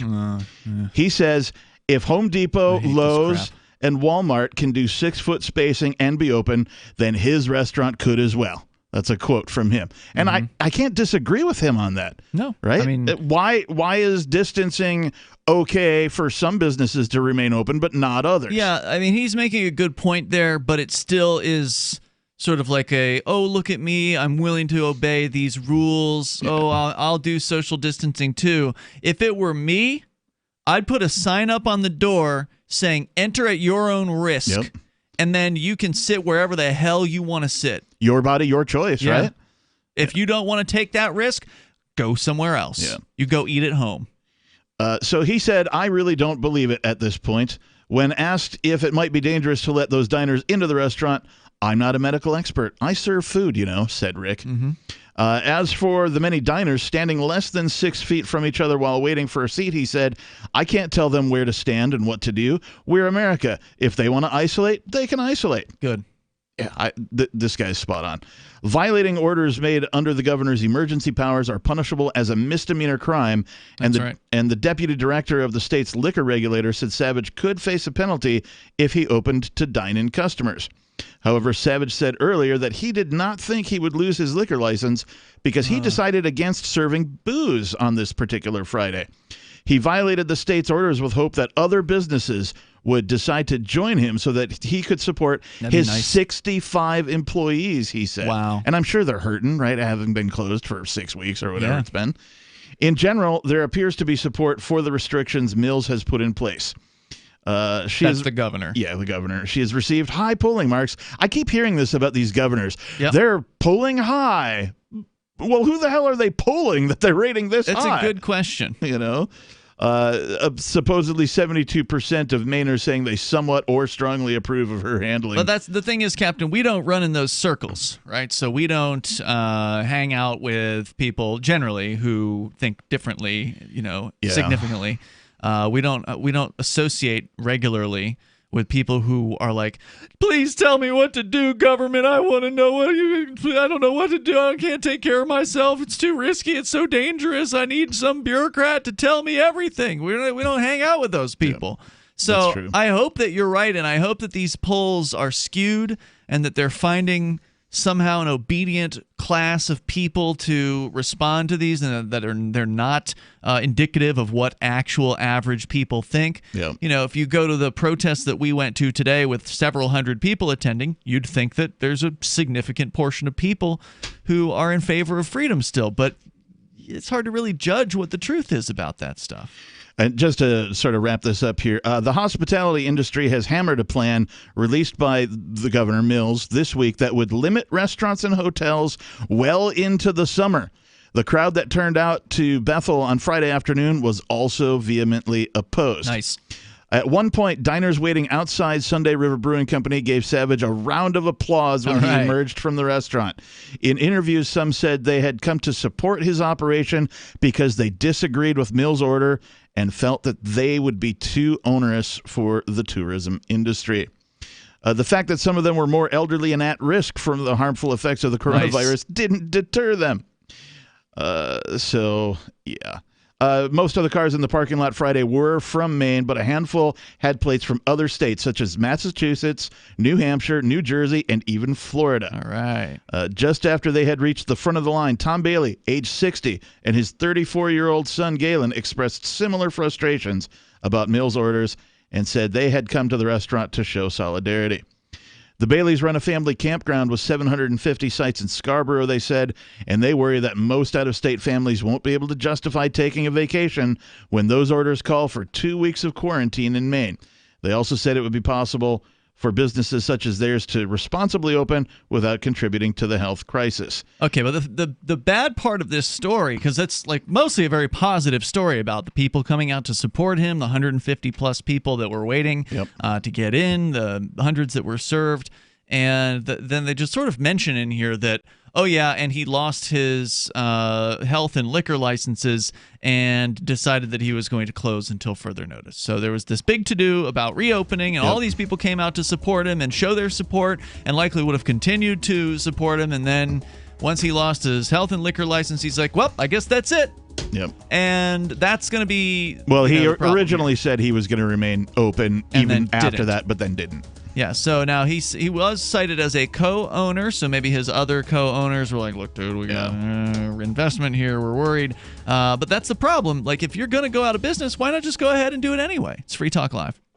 Now, with orders to stay at home, public health concerns, the reality of illness due to pathogens and viruses, your health is at an all-time high risk. That's why it's critical to take a proactive approach to boost your immune system. You can with new nano-colloidal silver from Americare, our patented process with tiny silver particles, 1/100th the size of a red blood cell, allows for maximum body absorption. Americare's nano-colloidal silver effectively disinfects your body internally, attacking pathogens and viruses while supercharging your immune system. Colloidal silver is antibacterial and antiviral. Simply put, it prohibits bacterial respiration, suffocating viral cells, preventing the virus from replicating. And now, due to public health concern, Americare is authorized to offer our lowest and best price ever, around $1 a day, but supplies are limited. Purchase nano-colloidal silver now at immunesupportnow.com. That's immunesupportnow.com. These statements have not been evaluated by the Food and Drug Administration. This product is not intended to diagnose, treat, cure, or prevent any disease. Supplies are limited. You know what's really smart? Wash your hands frequently, practice social distancing, and stay home if told to do so. You know what's really dumb? To ignore your immune system. Right now, more than ever, your health depends on a strong immune system. The experts at Immunicorp will give you their 7-step guide to immunity for life, free. Why? Because we want you to be smart and healthy. Simply call 800-446-3063 or click immunityforlife.com. Immunicorp has been producing the world's leading immune system products for more than 2 decades. To get your free 7-step guide to immunity for life, call 800-446-3063. 800-446-3063. Be smart. Don't ignore your immune system. Your life depends on it. Call 800-446-3063 or click immunityforlife.com. Immunityforlife.com.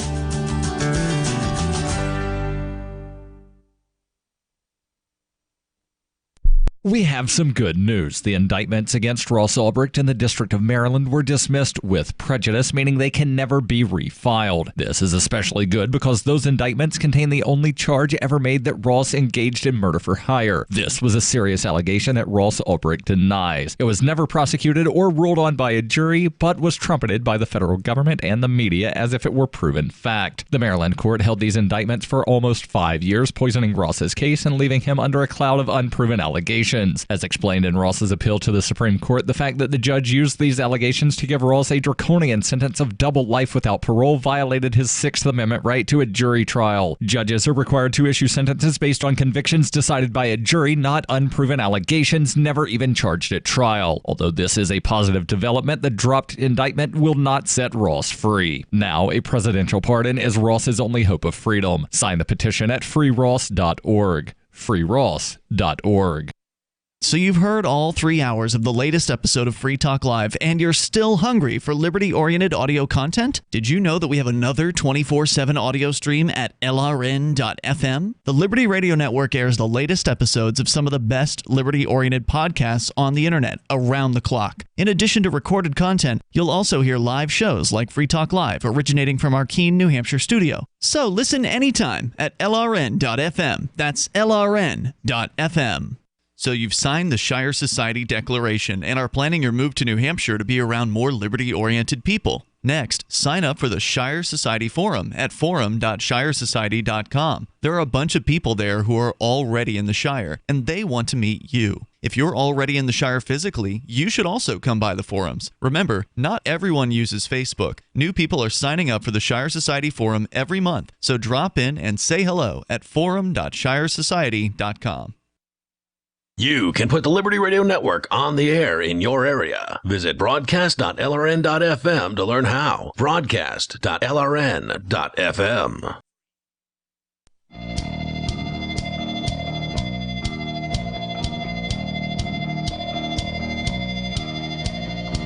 It's Free Talk Live.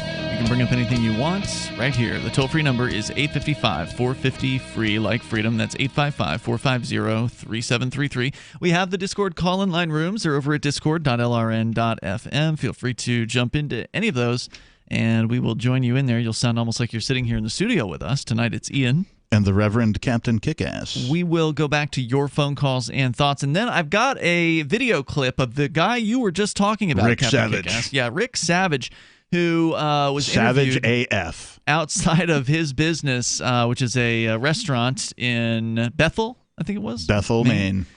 Sunday River Brewing Company. He was defying the state orders to stay closed. He went ahead and opened up, and more than 100 people came out to support him in that and buy some food from him. And so the state then retaliated by pulling his so-called health permit and subsequently the liquor license as well. So we'll see what he has to say about that in his own words coming up here in a moment. But first, we go to the phones to your calls and thoughts. Maybe you know of a local business owner or a business owner anywhere that is challenging these ordinances or challenging the governor's orders. I want to hear about these people. They deserve some attention. They deserve some media. Yeah. And let's see some defiance. And they certainly deserve some business. Man, if there was one that I knew of around here, I'd be there as often as I could. You bet your babushka. Let's talk to Jennifer in Vegas. You're on Free Talk Live, watching us on Twitch. Hello, Jennifer. Me and my husband met you last summer driving around New Hampshire, and we wandered and saw you out in your patio. Oh, cool. And we talked. Yeah, Right so on. I just wanted to say I watched Tucker Carlson last night because he had that guy on that you're talking about, Rick Savage. Yeah, I heard and about also he had a barber on named Juan it's called Primo's Barbershop in Vacaville, California. And he said today that he was going to open this morning, or he had opened yesterday, and because I saw people getting their hair cut. He said, I've just had it, and I'm just, so I appreciate that people like that. And I just wonder why more people are not doing that. And one thing that I think is that, like, I'm a professional. I can work at home on the web. And a lot of people have sent their employees home to work from home. And guess what? They don't have to commute. They get to be home with their family. It's all good. So, like, hey, they're having a good time at home, right? Well, I can say for certain that sometimes people don't do a thing until they have to. Well, until they see others doing it, right? There's something called the second man. And in any social movement or social revolution or any change in society, it takes balls to stand up and defy an authority and do a thing, you know, in spite of whatever's being told that you must do. And so the hope here is that this will inspire what we call the second man to stand up also and also defy, right? So the more of these stories we get and we hear, the more it will inspire others to do the same, and hopefully we can turn this thing around. Yeah, well, but to answer your question, Jennifer, about why you're not seeing more of this, why there aren't many second men out there, is because business owners, I mean, they're wonderful people in that they put a lot of effort and time and risk and took money and possibly, you know, will never get it back, like if the business fails or whatever. There's incredible risk involved. I get it, in opening up a business, but none of them got into business with the intention of crossing the government gang. Right. Because they know that if they cross the government gang, that there's going to be men with guns who come into their business and shut them down. So this guy in Mr. Savage in Maine, he got a liquor license. He got a health permit in the first place. And so the fact that business owners have been so obedient up until this point is why we're in the situation we're in. Yep. And business owners, again, they got into business to do business. They want to help their customers. They want to provide a service. They want to provide a product. They don't get into business to challenge the status quo of governmental regulations. They're just like, oh, well, this is the cost of doing business. I have to jump through all these hoops. I don't want men with guns to show up and destroy everything that I've created. Well, now some of them have finally rationally come to the conclusion that, well, I am being destroyed by obeying this government edict, which says I have to stay closed, or maybe they'll let me open, but I can only do takeout if you're a restaurant or whatever. Right. But that's a fraction of what they were doing before. They can't employ. One quick thing on masks. One quick thing on masks. So we don't wear masks here in Las Vegas. We haven't been told that we have to. Mm-hmm. But some businesses are saying, please wear them. But if we have to, we just got from Amazon, but they held back our order for 2 weeks because it wasn't essential. We got the Guy Fawkes mask, the Halloween mask. And if they make us wear a mask, we're wearing those. That's awesome. That's what I'm going to do, too. Yeah. Thank you, Jennifer, for your call tonight. I appreciate hearing from you.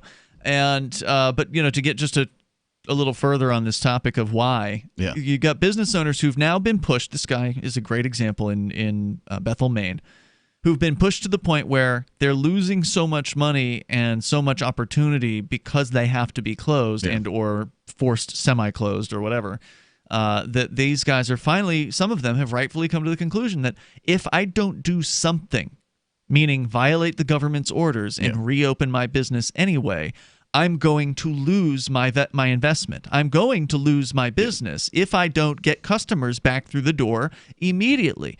Unfortunately, still, most of them aren't willing to go up against the state because they know what's going to happen. On one hand, they don't want to lose their business, but they'd rather, jump through the hoops if there are hoops that are jumpable, which is why you see them all go, well, I'm willing to do 6-foot distancing. I'm willing to do all these things that you tell me to do, cloth masks and all of this. I'm willing to do what I got. Just let me reopen. I'll be obedient. Just let me reopen. And it's kind of a pathetic thing for the most part to see it happen. It's hard for me to blame a business owner for trying to avoid having a crackdown on their business, but that's honestly what they've got to be afraid of. Beyond whatever negatives they're going to get from the obedient customers out there, or no longer customers, but the marketplace out there, there's a pushback that comes against these businesses too. So there's support, but there's also pushback and people who will hate them for reopening and blame them. For reopening. So don't shop there. That's the whole premise of the market, right? If you don't like what a business does, don't do any business with them. But that's the other thing, Captain, is that a lot of business owners don't want to take a strong position on anything. Right? They are afraid, especially in little towns, they are afraid of alienating significant portions of potential customers. To your point, they're facing extinction. They're facing obedience and remaining closed and losing their business, or opening in defiance of the government and losing their business. Either way, they're losing their business. That's right. So if you're going to lose your business, why not go ahead and open? Well, maybe One reason why, and from our perspective, you should, but maybe one reason why this guy decided to call it quits after saying he was going to continue operating in the face of losing a health permit is because he realized that eventually they're going to hit him with so many fines every single day that he's going to be unable to satisfy those fines. Because I don't think you should pay the fines either. I'd like to be clear. If you get hit with these fines, I think they should be ignored. But what happens when you ignore the fines? Well, it's like any other law, right? Every law is a piece of paper with a gun hiding behind it. That's the thing. So if they start issuing him fines and he continues to ignore them, eventually costumed men with arms are going to show up. These are known as policemen. Costumed men with guns are going to show up and attempt to kidnap him. And if he resists that, they will kill him. They purport the authority to end his life. Right. Over some fines, over trying to do business, trying to keep his 65 employees employed, to try and feed his family, to try and provide a service that the public obviously wants based on the reaction that they had to him opening. Let's go to Barbara. She's listening in something Beach, Florida. I'm not sure what. Where are you, Barbara? I'm in Ormond Beach, Florida. Ormond. All right. North of Daytona. Go ahead. Daytona You're on Free Talk area. Live, listening to WNDP. Okay. I've been trying to be politically active, so to speak, but I'm really becoming very turned off by this quote-unquote great nation of ours. As far as the earth as well, 100 years ago, you could probably plant a seed, it would grow. Now, our whole planet, our soil is anemic, our people are sick. Literally, physically, mentally, we're all going nuts, and thanks a lot to our government for that, because what they sell out to medical people, 75 years ago or so? And it's all been downhill since then.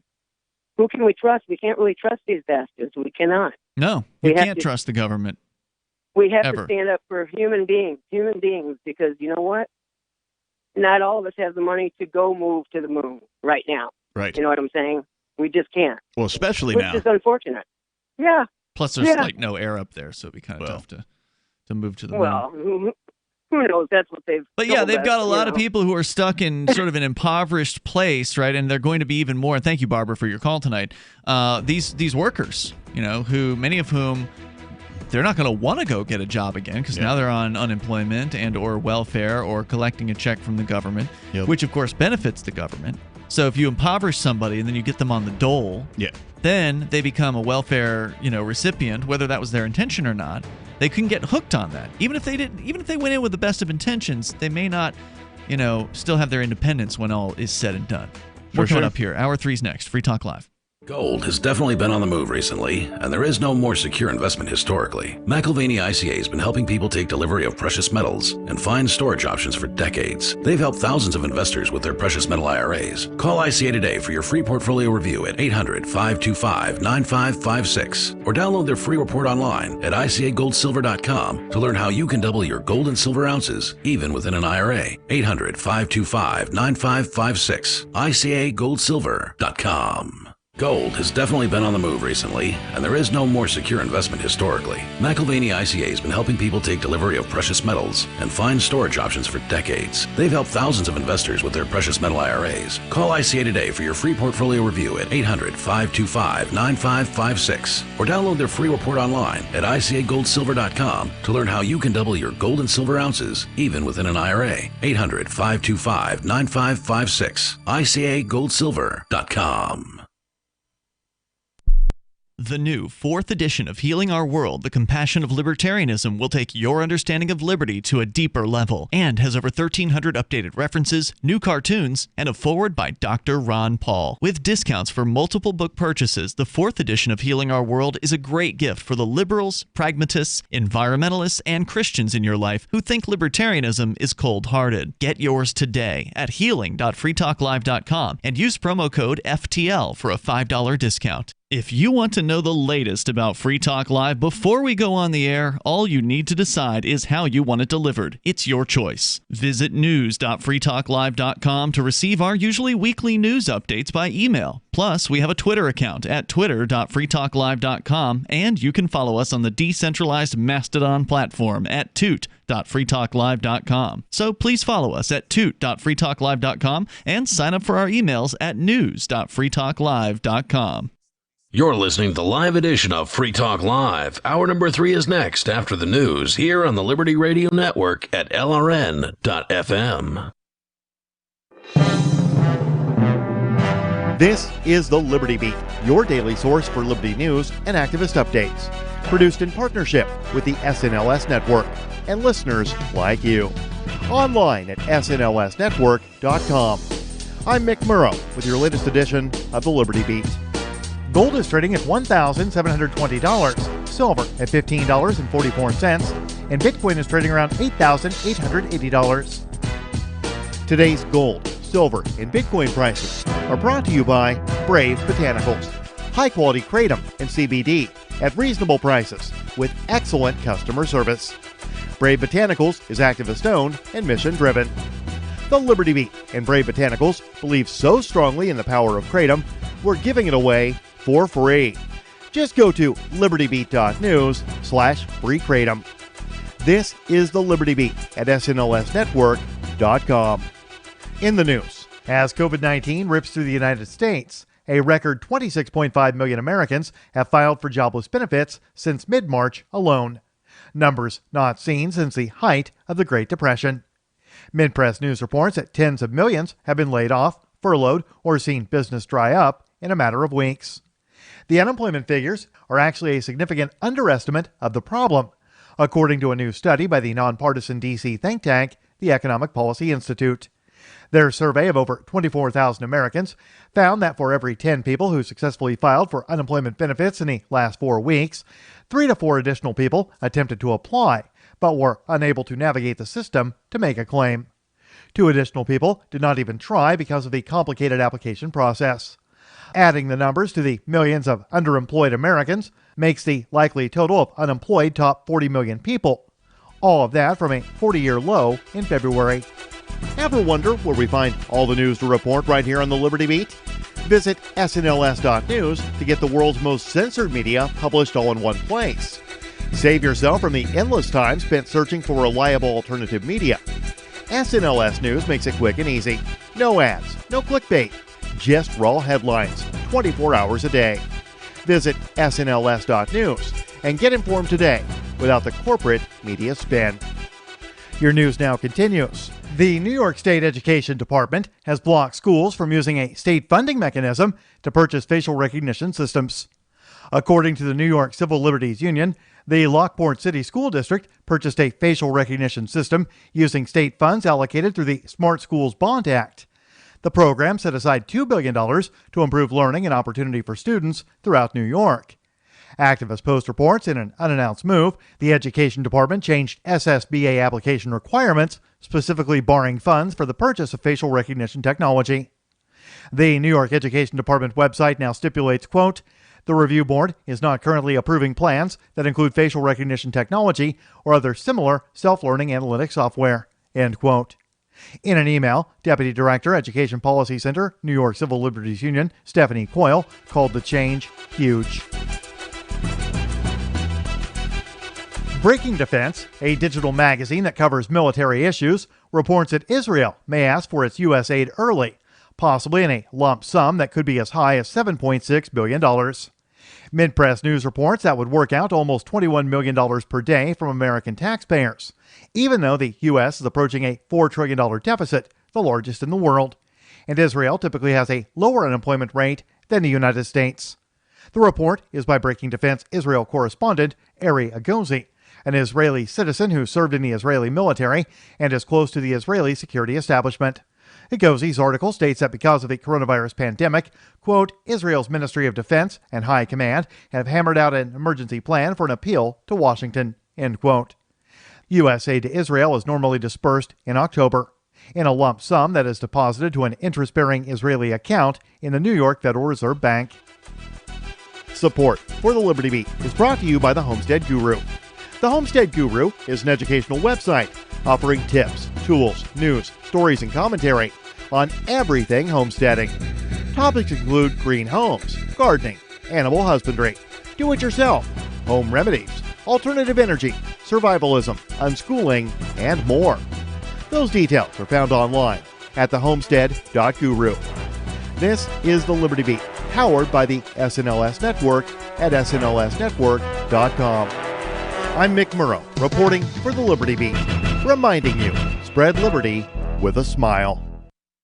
In a statement this week, famed actor and television icon Dick Van Dyke confessed to being the Zodiac Killer, responsible for terrorizing Northern California in the late 1960s and early 1970s. The 85-year-old actor, known for his television and film appearances in classics such as Chitty Chitty Bang Bang, Mary Poppins, and The Dick Van Dyke Show, said he committed the Zodiac murders but also killed over 37 additional people. Van Dyke said, quote, "It was unbelievably easy for me to go kill someone, come back to Burbank, and get on set. It was actually part of the fun to see if I could book a flight and make it back in time." Van Dyke's confession is corroborated by several eyewitnesses describing the Zodiac Killer as, quote, "a gangly, loose-limbed man with a toothy grin and a spring in his step." In other news, the open dialogue two Americans are having about race is pretty hilarious. A husband is experimenting with an open marriage, and a f***ing loser is at a movie all by himself. This episode of The Onion Week in Review was paid for, funded, and entirely created by The Onion, and in no way benefited from cheap, thankless viewers like you. For more, keep checking theonion.com.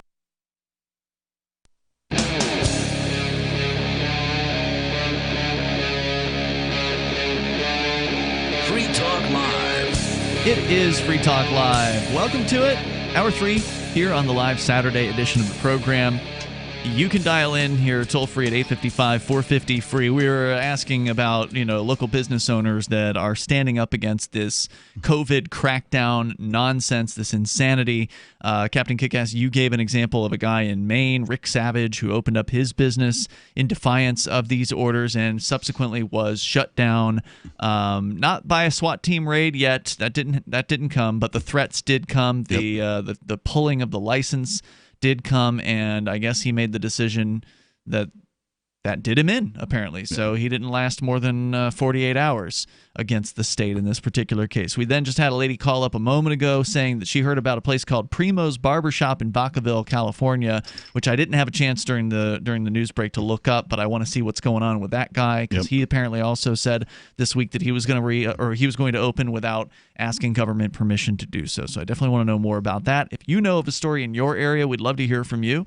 Our number is 855-450-FREE. I do have a video from the Bangor Daily News of Rick Savage speaking in front of his restaurant about what happened to him and his thoughts about it. So Cool. we'll share that with you here in a moment. But first, to your phone calls and thoughts. Shelley is listening in Antrim, New Hampshire. You're on Free Talk Live. Hello, Shelley. Hello, how are you? Hey, good. Just got back from an amazing New Hampshire protest, Freedom Festival kind of event that happened at the State House today. Were you there? I'm glad you mentioned that because I couldn't tell from the picture. Were they keeping a social distance? Oh, hell no. No, there was no way. That's something I don't understand. Your protest would be so much more effective if you actually used some common sense. No, it wouldn't. It wouldn't be more effective. Why would it be more effective if people stood away from each other? It's a darn good thing it's not Ebola, because you get so arrogant. It astounds me. So it's arrogance to just like hang out with people and shake hands and give hugs and be human. That's arrogance and now. Stand up for your rights. And that's precisely what I just said. It's a darn good thing it's not Ebola, because well, it's not Ebola.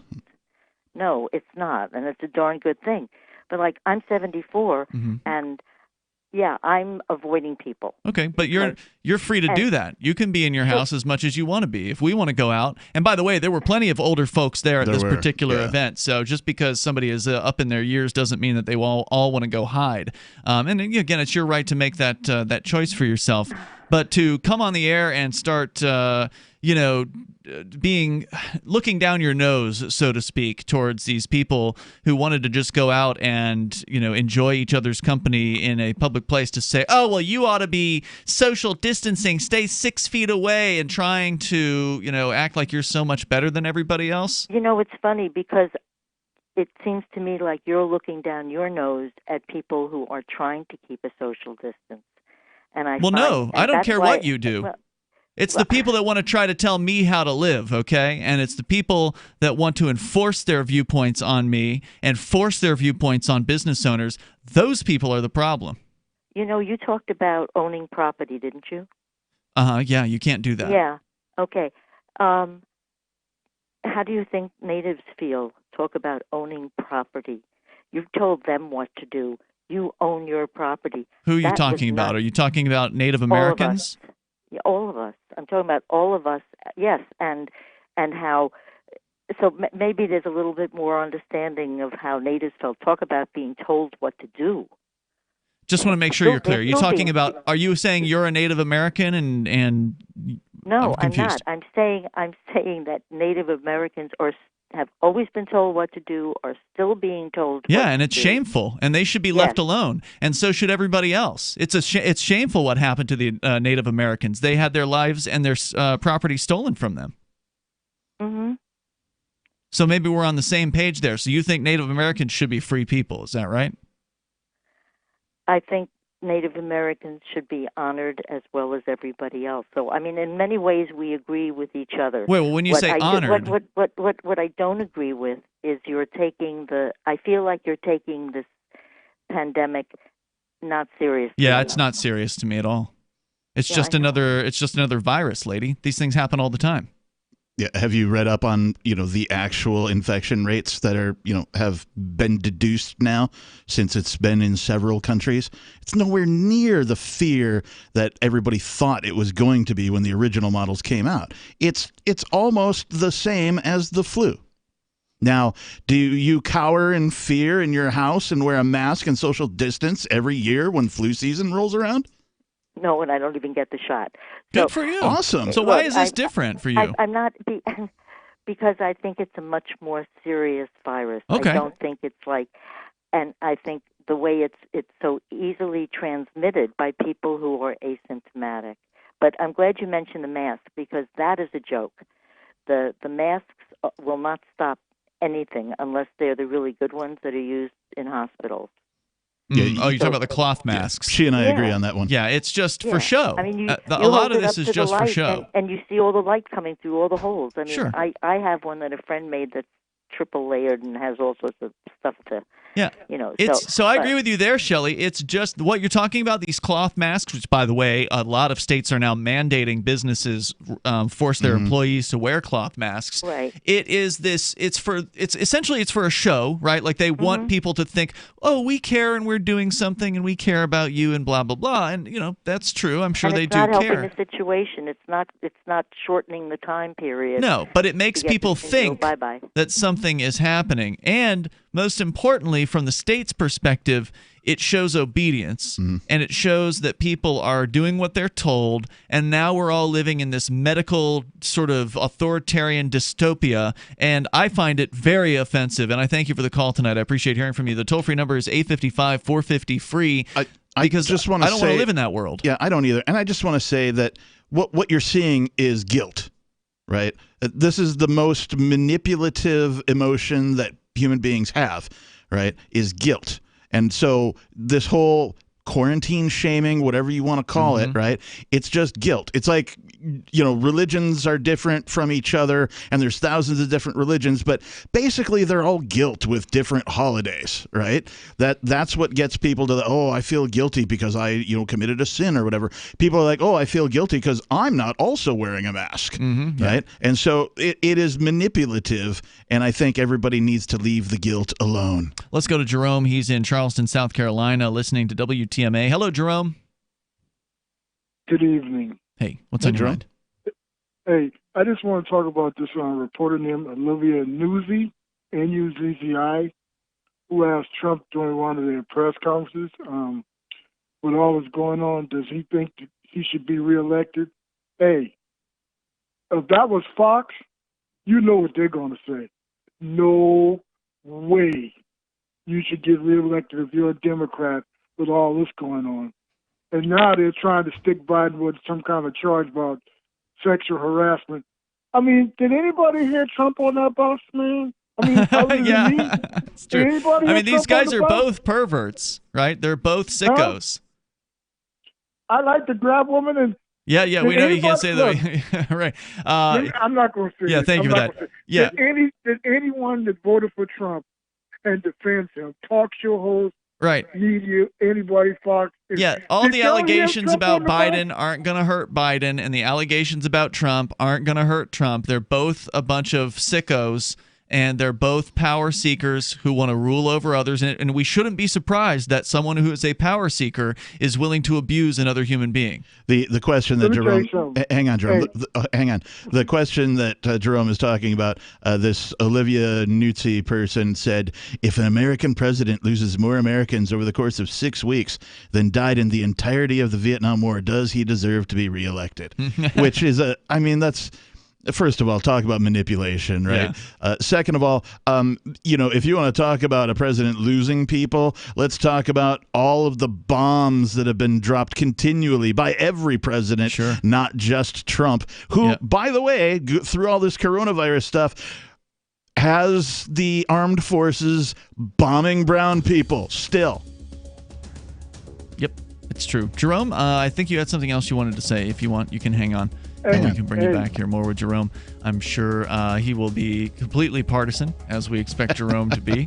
855-450-FREE, 855-450-3733. I say that because we've heard from him a number of times, and it's always entertaining. More coming up. You can join us and take control of the airwaves here at 855-450-FREE. The live Saturday edition of Free Talk Live continues. Mojo would swallow things whole. A chicken carcass, a bird nest, and assorted stones and sticks.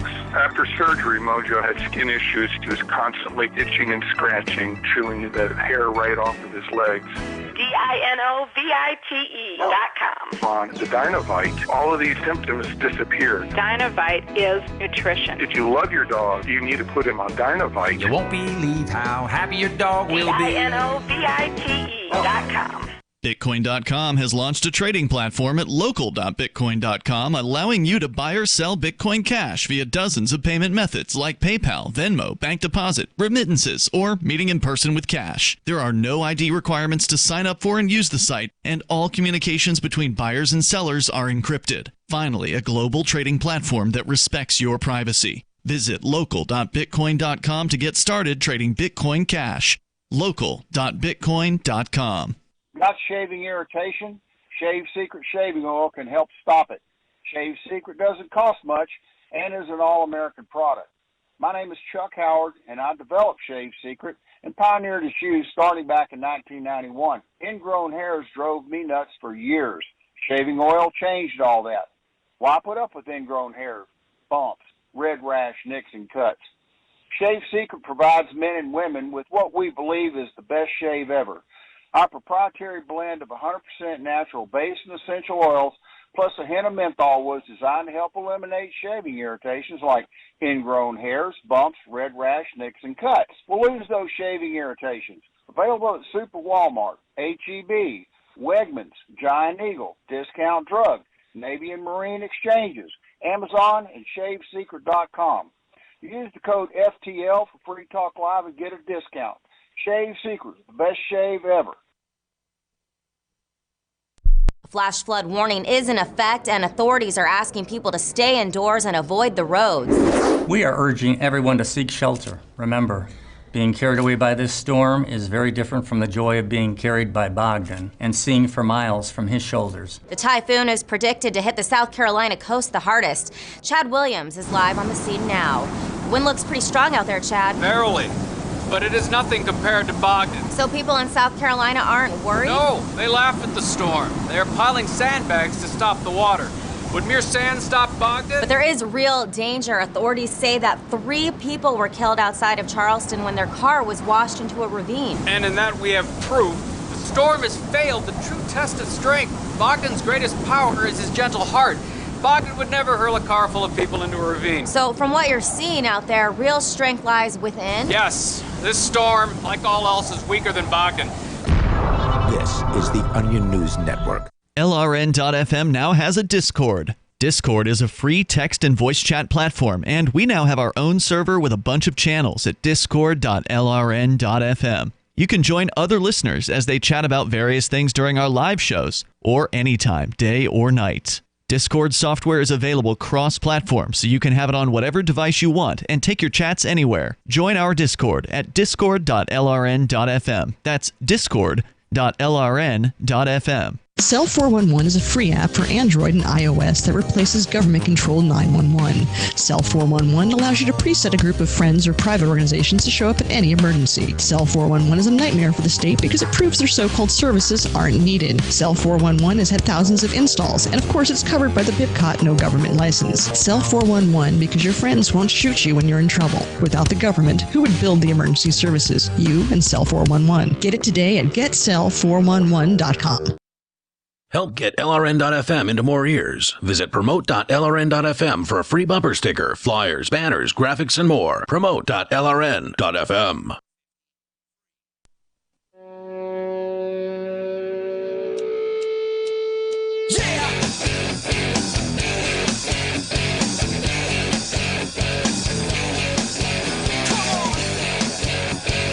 It's Free Talk Live. You bring up what you want here. The live Saturday edition, allowing you to take control of the airwaves, as we always do. With you tonight, it's Ian. And the Reverend Captain Kickass. And Ethereum smart contracts enable Intercoin to be traded against Bitcoin, ETH, as well as a growing set of tokens pegged to your favorite fiat currency. Intercoin can be used to turn these into virtual versions of Bitcoin or US dollars that have all the advanced features of Intercoin community currencies. They would finally be spendable in everyday payments, be programmable, instantly convertible, generate analytics, and more. When done, people can cash out back into the original versions. Think of Intercoin as a decentralized Layer 2 solution that isn't controlled by anyone.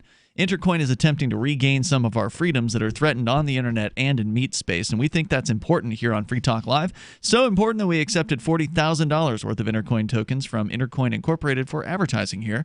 If you think freedom is important too, check out Intercoin at intercoin.org. And you can invest in this project and potentially make big gains, or just be involved and perhaps shape its future. Just go to intercoin.org. As we continue here, if we get the chance, more from business owners who are standing up to the government. I pulled up the story about the guy in Vacaville, California, the barbershop. Primo? Yeah, Primo's Barbershop, which is reopening and is actually saying they're going to defy cease and desist orders that have been issued to them. Nice. So it sounds like they may be standing strong. We'll tell you more about that coming up here. But Jerome dropped off the line, by the way. Oh.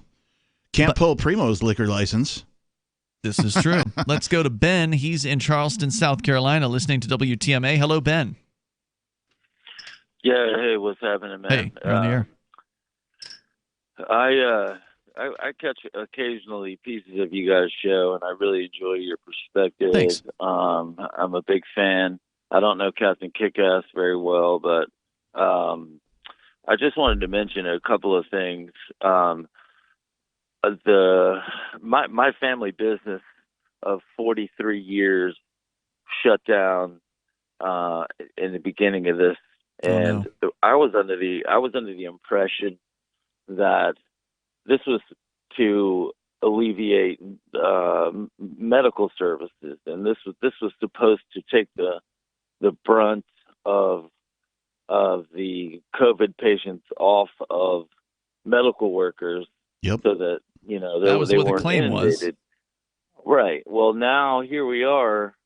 I don't know how many days, 40-something days later, and if I even hint at trying to get back to normal, the entire populace, the pushback is incredible. Really? By people who have somehow changed this into let's hide in our houses until the virus is gone. It's insane. But I just don't understand where and why and how that happened.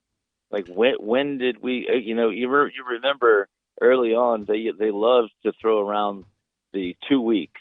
Yeah. 2 weeks and then this, and then we're going to do 2 weeks of this, 2 weeks of this.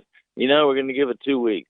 Well, that's out the window, and everybody, at least in my part of the country, and people believe these politicians. Yeah. These are politicians. It's like, people would normally understand that politicians are liars, but for whatever reason, as soon as they start throwing around medical this or that, the doctors say this, the doctors say that.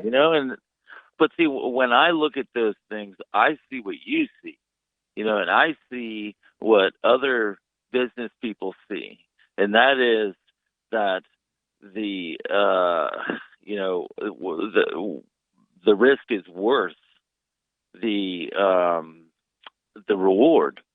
And well, yeah, the risk of losing your business, is pretty high. Right. Well, now, what is your business, if you don't mind? What's the industry in which you closed down a 46-year-old family business? Well, I don't.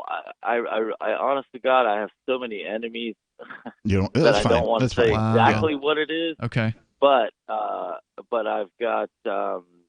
It's a business in tourism. Okay. Is it a business that has very? Did you close it down for good, or is it just closed temporarily? No. I am closed temporarily. Okay.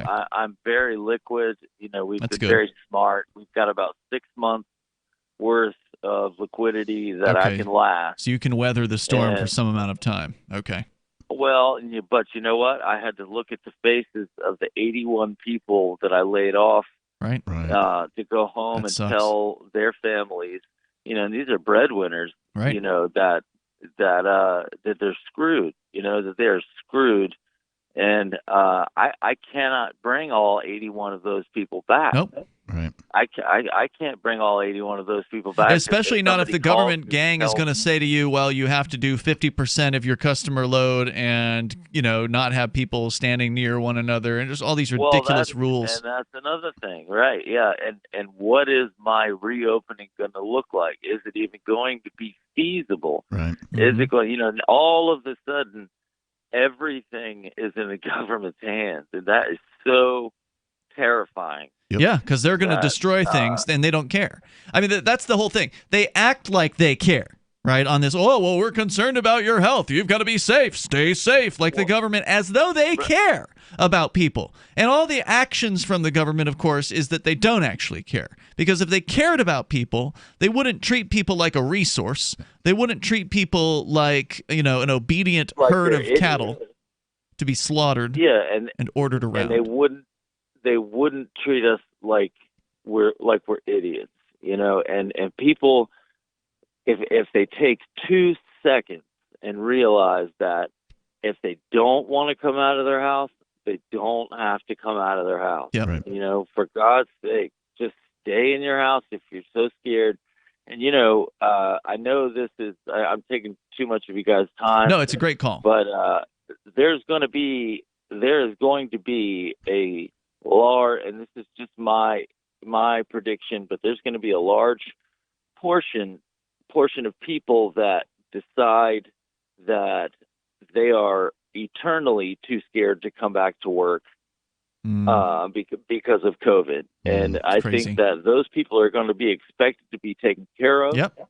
And I think that they're going to expect the government to keep them whole until they feel better. Yeah. And when will that happen? I mean, how will they know when the right time is going to be? Yeah, when is it going to be safe enough to leave their home? It's crazy. Well, well, it'll have to be safe enough for them.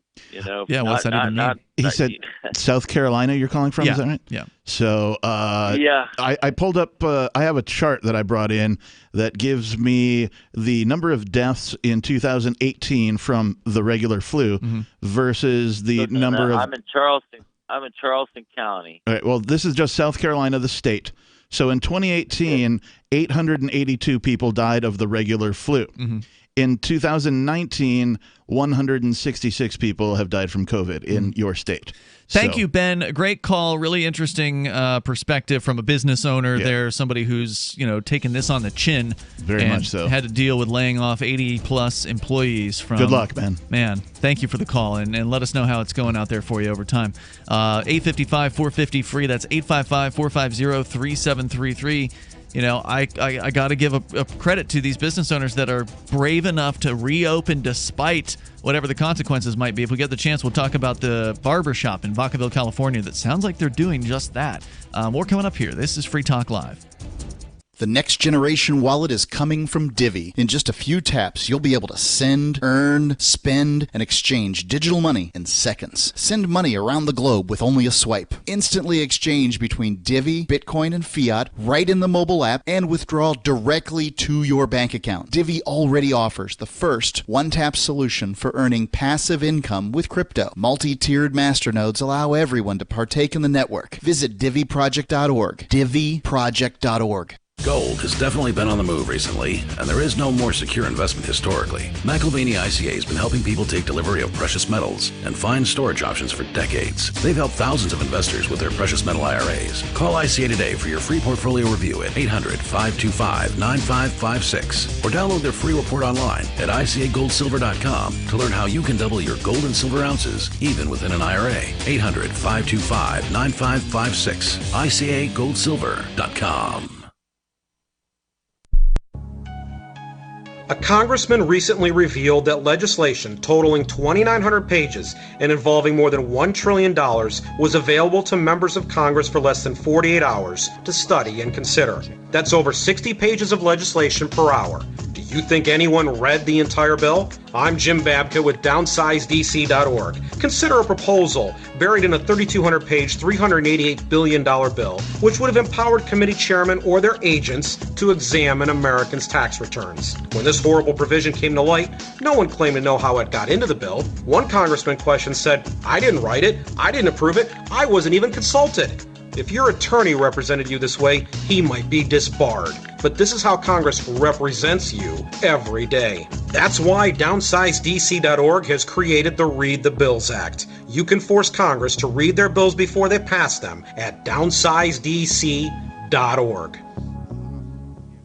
Are you a cryptocurrency advocate? The Crypto Tip is the ideal outreach tool to help new people discover cryptocurrency. It's a printable business card-sized tip that you can give to service providers, preferably in addition to a good cash tip. When the server scans the QR code, it'll bring up an explanation of cryptocurrency, how to install a wallet, and allow them to claim the tip. If they don't claim the crypto, you get your tip refunded to you after a time period you specify. Plus, if they do claim the tip, you get an email alert. Create as many tips as you want at cryptotip.org. That's cryptotip.org. The LRN.FM social media channels have been revamped. We've eliminated Facebook and focused on other platforms like Twitter and Mastodon, the decentralized alternative to Twitter. On our accounts, you'll find posts from multiple LRN.FM show hosts together in one place. Follow us on Twitter at twitter.lrn.fm, or better yet, move to the decentralized Mastodon social media platform at toot.lrn.fm, toot.lrn.fm. I think you'll like it. Why did you move to the Shire? I moved here to the Shire because there's other people around who take liberty just as seriously as I do. I moved to the Shire because I saw videos of people challenging authority and thought that I could get support myself. It called to me, like, do this, right now. I wanted to be around people like me who got it, and once I got here, I knew there was nowhere else that I wanted to be. I've always wanted to change the world, so I moved to the Shire to join people who were actually working towards doing the same thing. The people here are awesome, loving, and positive. It was for the adventure and for the feeling of something important is happening here, and I just wanted to come to sort of be part of that. Visit ShireSociety.com to read and sign the Shire Society Declaration and learn the reasons why, if you love liberty, you should immigrate to the Shire. Plus, connect with others via the forum at ShireSociety.com. That's ShireSociety.com.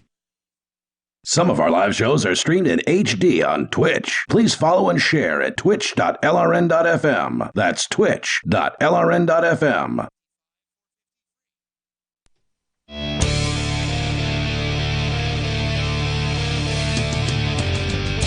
It's Free Talk Live. You dial in, toll free, take control of the airwaves, bring up whatever you want. Our number is 855-450-FREE, the live Saturday edition of the show. That's 855-450-3733. With you here tonight, you've got Ian. And the captain. So, Fork Fest 2020, is it going to happen? Well, I'd like to think that it will. I detect that you might have something to say about this. Well, I mean, as far as I'm concerned, Fork Fest is a decentralized camping festival. Yes. However, it does happen on a piece of property. Mm-hmm. And that means that there's an owner of that piece of property. So while the festival itself is decentralized, meaning there's no organizers, there's no board of directors, there's nobody to make decisions for Fork Fest. No tickets to sell. No tickets, nothing like that.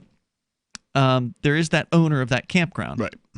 And the question is, what is that person going to do about this ridiculous nonsense that we've been talking about tonight with these government gangsters trying to, on one hand, like this governor here in New Hampshire, he's trying to appease the people that want to shut things down. Mm-hmm. and he's trying to appease the people that want to reopen them. So he's talking about reopening when in fact the whole reopening process is a bunch of BS, and it's going to take forever. It's literally micromanaging every business. And to reopen by their rules is going to be an insane level of difficulty put on top of the existing businesses. And not to mention reopen. Cost. It shouldn't cost any business anything to reopen. Right. But they're talking about mandating this and mandating that and having this kind of training for Businesses, these people. Right, you're going to have to retrain your employees or train them on new stuff and how to comply. Screen and all that. you got to screen every employee when they show up for work. You can't just go clock in now. Now you got to sit down and talk to somebody and answer a series of questions. Take their temperature or whatever it is. All kinds of stupid crap. And so now there's been an order issued by the governor, His Majesty or His Highness or whatever they call him. His Excellency. His Excellency. That's what it is. Yes. This order number 40, so there's been dozens of these things over just the last 6 weeks, but the number 40, 40, huh? Yep, number 40, does include some guidelines for campgrounds. Now, when you hear the word guidelines, what does that mean to you? Sounds like a suggestion. A guideline is something that you could follow if you wanted to go into a certain place, do a certain thing. If I wanted to be successful at a thing, I'd find other people who were successful and what steps they took, and then those would be my guidelines. Right. You could look at those things and say, this sounds like a good idea. I would like to use this for my business. Or this sounds like a bad idea. I'll take that under advisement, but maybe I won't go with that.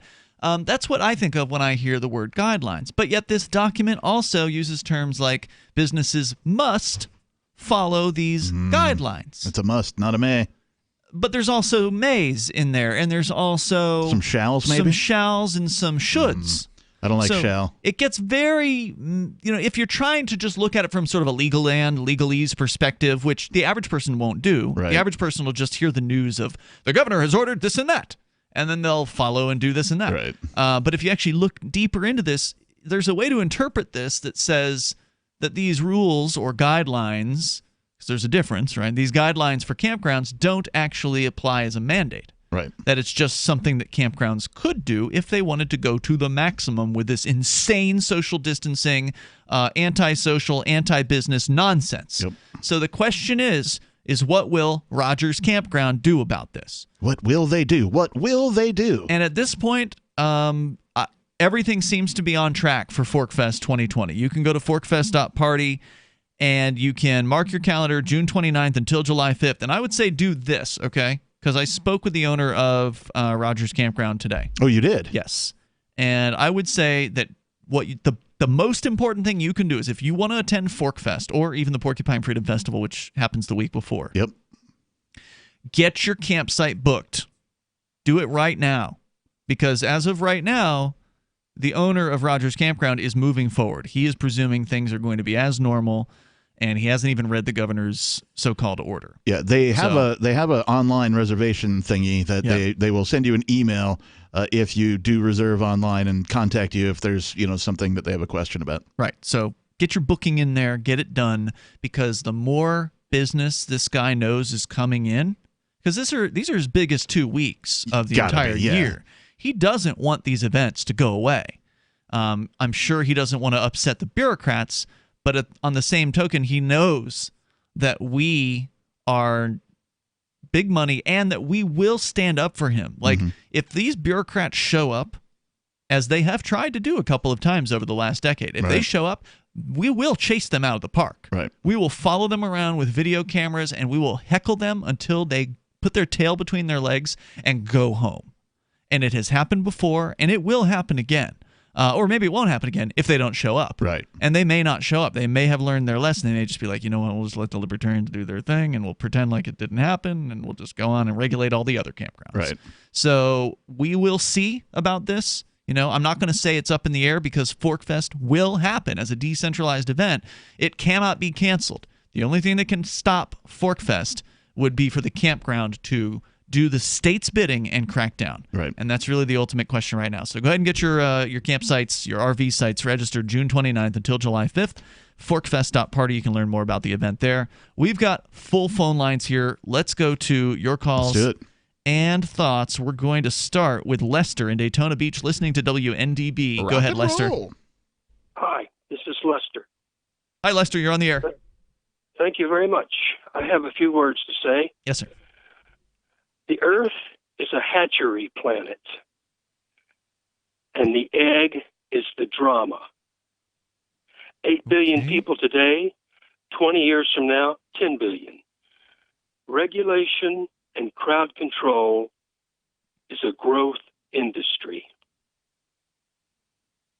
I don't understand. Can you put that in some other terms that maybe are a little more clear? More people, more regulation, more control. The U.S. is the third most populated nation on the planet. Mm-hmm. India is the most populated, and then China, and they're experts in crowd control and regulating their population. The egg calls the play. The egg has one thing it wants, and that's to be fertilized. This is a hatchery planet. Nothing can stop the egg.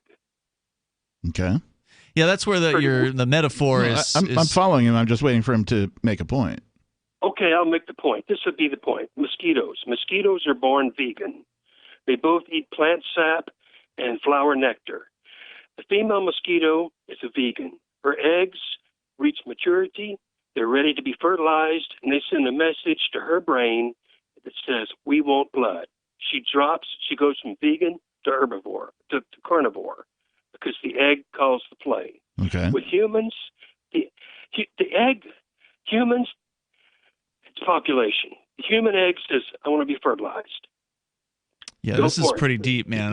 It's a little out of my ballpark, but I appreciate hearing from you, Lester. Toll-free number is 855-450-FREE. You actually were understanding that, Captain Kickass? He was stating a series of, well, what could be construed as facts, right? Or at least his opinion of, what is. It was an interpretation. But he was, normally when a person does that, they go, okay, number one, this, number two, this, number three, this, and therefore the revelation. And I don't think he got to the revelation part. Let's go on. Maybe here. he didn't have one. James is on our Discord server. James, you're on Free Talk Live. I think he just likes eggs. And eggs are good. Go ahead, James. Yeah, well, I'll start out with saying that I have a small business, very small, that I've never made a minute. But I'm lucky I don't have any licensing. You have a small business. Oh, business. Just regular, a little manufacturing business, and I never missed a beat. I just kept going like norm. Okay, good. But I don't have any licenses or any reason for the bureaucrats to come after me, so I'm lucky. Well, yeah, I mean, a business owner, if you can open up a business without getting a license, that's definitely the way to do it.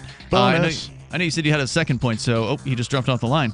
I would have kept you for the second point, but we got more calls too. So they probably heard the music kick in. Yep, 855-450-FREE. That's 855-450-3733. Unfortunately, people have been taught that they have to do business the right way, which means go downtown and get the licenses from the government bureaucrats because, you wouldn't want to have the license because, well, what'll happen if you don't. Goons will come in and put guns to your head. We're coming up. Houseflies defecate every 4 to 5 minutes, spreading diseases and germs. Protect your food and your health with Bug Assault, a miniaturized shotgun which utilizes ordinary table salt as ammunition.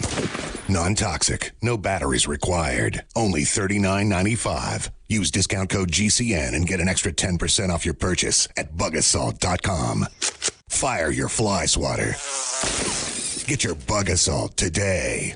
Hand sanitizer is not an option, it's now a must-have. But where can you find it? Online at 2020safe.net. The highest quality hand sanitizer that destroys microorganisms and prevents transmission of pathogens. Now available in a 1-liter bottle with a bonus at 2020safe.net. When you order a 1-liter bottle of our high-quality hand sanitizer, you'll receive a 30-count bottle of Immune Booster, a $14.95 value, free by using code GCN at checkout. 2020safe.net offers many natural products to help support health and help you live a more fulfilled life. life. From germ-zapping hand sanitizer to immune-building nutraceuticals to natural stress, anxiety, and sleep aids, 2020safe.net has what you need in stock today. Just click 2020safe.net. That's 2020safe.net to get our 1-liter bottle of high-quality hand sanitizer with your bonus free 30-count bottle of Immune Booster. Remember to enter GCN at checkout and the bonus is yours free. Go now to 2020safe.net.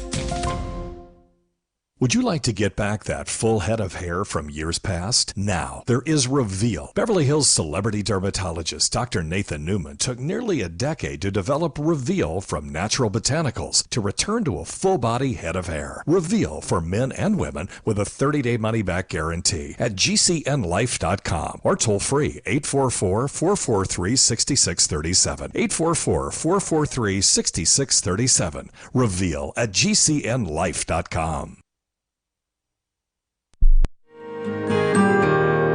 So the protection of life, liberty, and property is what the Free State Project is all about. But it's an effort to move 20,000 people who understand. It's about demonstrating to the entire country that, yeah, we can have a free market, a truly free market. Making it just a freer, great place to live.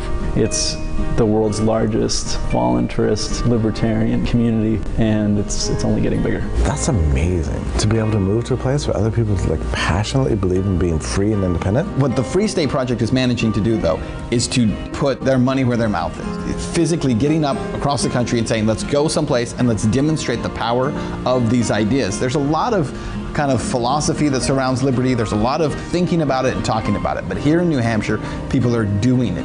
101 Reasons Liberty Lives in New Hampshire, a documentary by Free State Project Early Movers. Watch it free at 101reasonsfilm.com. 101reasonsfilm.com. There are lots of ways to listen to Free Talk Live. Our podcast has been around since podcasts began, and now the FTL feed is loaded with content besides our full show archives. Did you know that we make it easy for you to customize your podcast subscriptions? We have different feeds, one that includes only our full shows, one with just the Daily Digest, and our main feed that includes everything. You decide what you listen to. It's quick and easy to customize your feeds at feeds.freetalklive.com. That's feeds.freetalklive.com.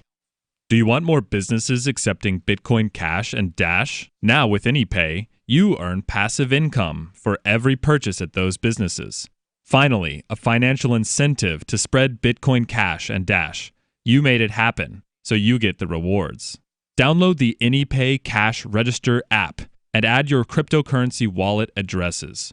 Then install it at a real-life business and tell us what you did at anypayinc.com. anypayinc.com.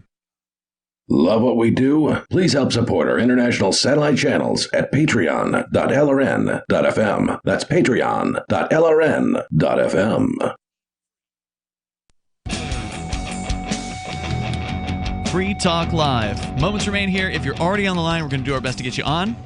I'm going to not give you the number because we're loaded with phone calls right now. We are loaded. Loaded up. But the good news is we're live 7 nights a week. So if you don't get in tonight, we're going to be back tomorrow. You won't be here, Captain, but I'll actually be back. I'll be back Monday. On the Sunday night show, and you're coming back to run the show on Monday as well. So there's always another night. There's always another 3 hours ahead where you can call in and get your opinion out. So we're going to get back into your calls and thoughts. And check out lcaptainkickass.com, by the way. That's where you can go for. Oh, thanks, man. For some wonderful little parody ditties. They are wonderful. Yeah. Yeah. Little dirty, maybe. I like them. You may not want to play them for mom, depending on how cool your mom is. I mean, if your mom is... If she's cool, then if she likes to like cuss like a trucker, she might like, a bunch of them. So check them out. El Captain Kickass. That's EL Captain Kickass. I do have several songs about your mom. My mom? Well, not your mom in particular. The proverbial your mom. Like we did, what is it? Journey's Lovin', Touchin', Squeezin', Your Mother.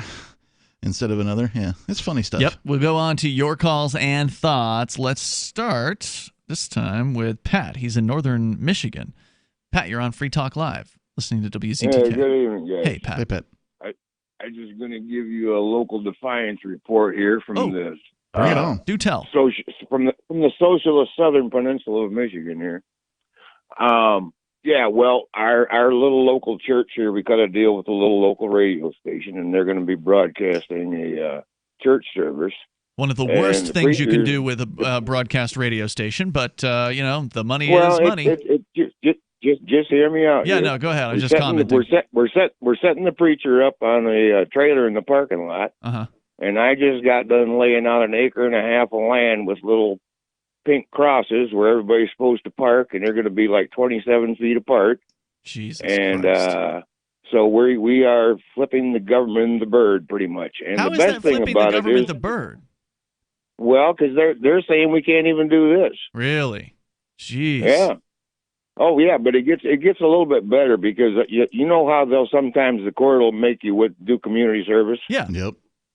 All right, part of my penalization for whatever defiant act I have previously done. Well, I burned up community service hours flipping the bird. All right, fair enough. Flipping the government the bird warms my heart. So Yeah, thank that you. is cool. Pat, let us know if anything happens. Appreciate hearing from you. The toll-free number is 855. Michigan, by the way, that out, had 1,869 flu deaths in 2018, 3,274 COVID deaths so far. Oh, see, it's twice as bad. Yeah. See, it's going to be more than twice as bad. See, we should all be afraid and hide in our own houses because somebody might get sick. It is one of the few states where it's a higher number. There's not many, but Michigan is one of them. Well, as I've said before, Captain, I don't care if it's 10 times as bad. Honestly, I really don't. Yeah. To me, it's freedom that matters more than anything else, and the freedom to make a choice, even if it's a bad choice. Yeah. The freedom to make an unwise or unresearched or ignorant choice should still be a thing. Well, and certainly none of this justifies what has happened.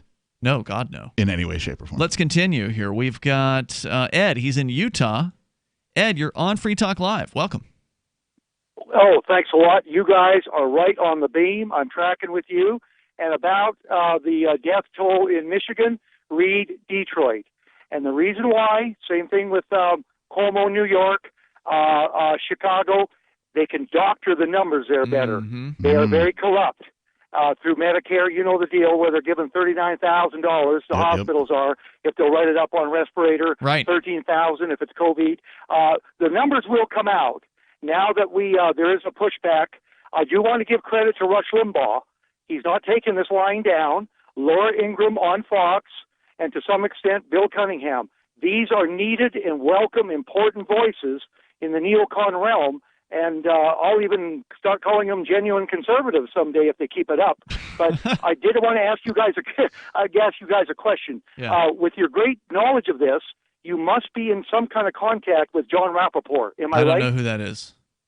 You don't? Okay, listen. NoMoreFakeNews.com is the official website. John Rappaport was major media.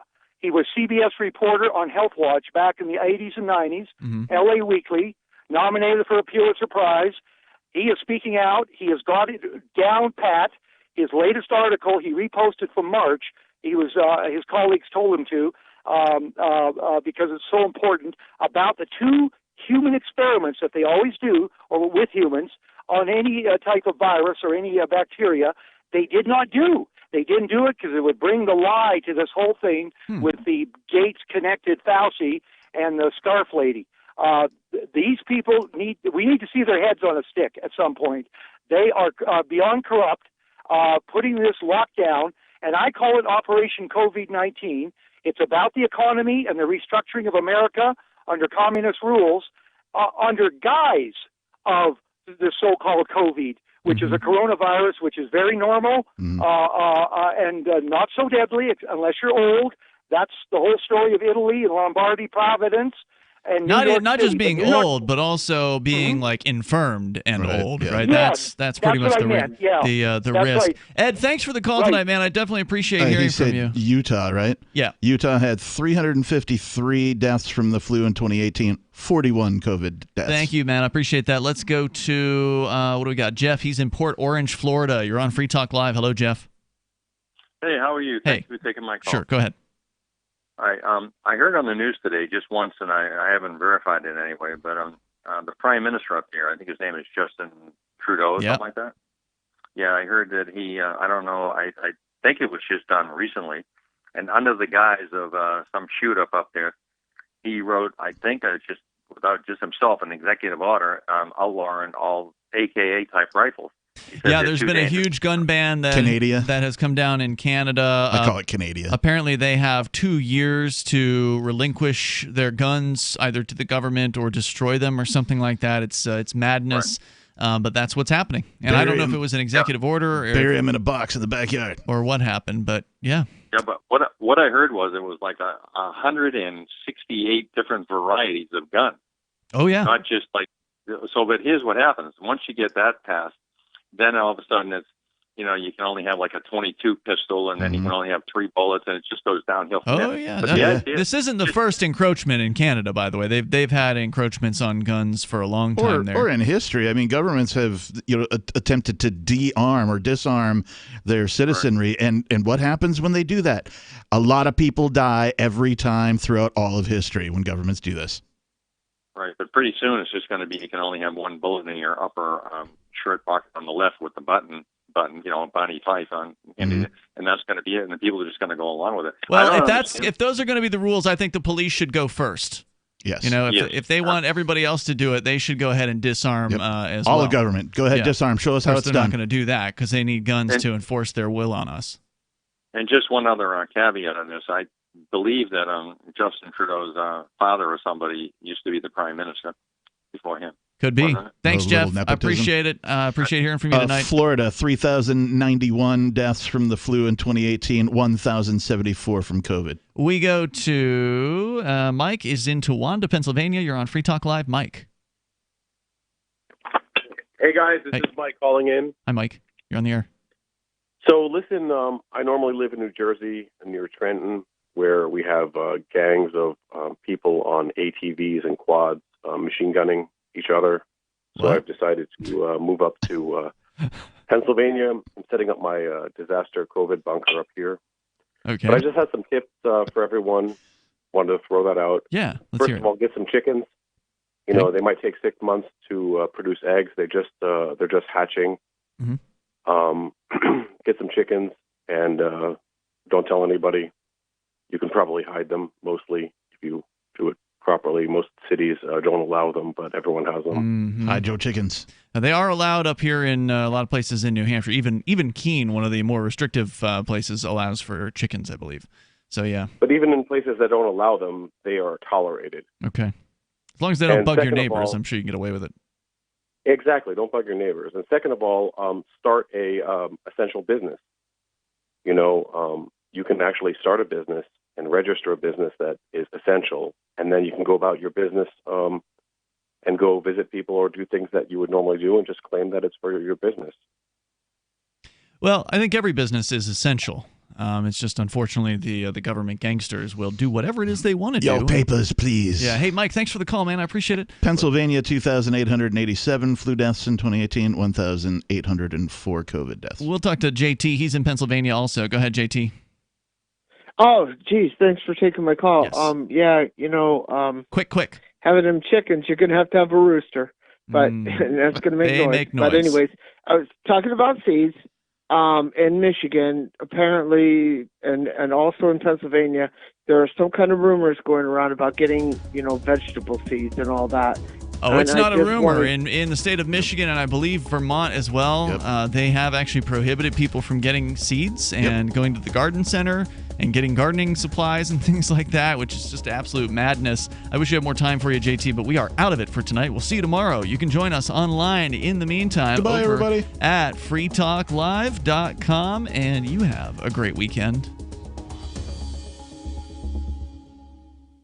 Remember when you first heard about Bitcoin? How long did it take you to realize this little project would soon change the world? Do you kind of wish you had got involved sooner? Well, now is your chance to be a part of the next revolution in money. Intercoin is working to finally make crypto go mainstream. It's designed to be scalable enough to support everyday payments and even elections without the state. Bitcoin was originally supposed to be a peer-to-peer cash system, the way we would all pay one another without having to trust any third party. But instead, over time, it mostly became a store of value. That's because every 10 minutes, the Bitcoin network must put all transactions into a block, and that block can only hold so much. If crypto is to become mainstream for people to use it for everyday payments, we need a new architecture, one that is as secure as Bitcoin while being far more scalable. Check out intercoin.org to find out more and maybe pick up some of those coins for yourself. Should you be able to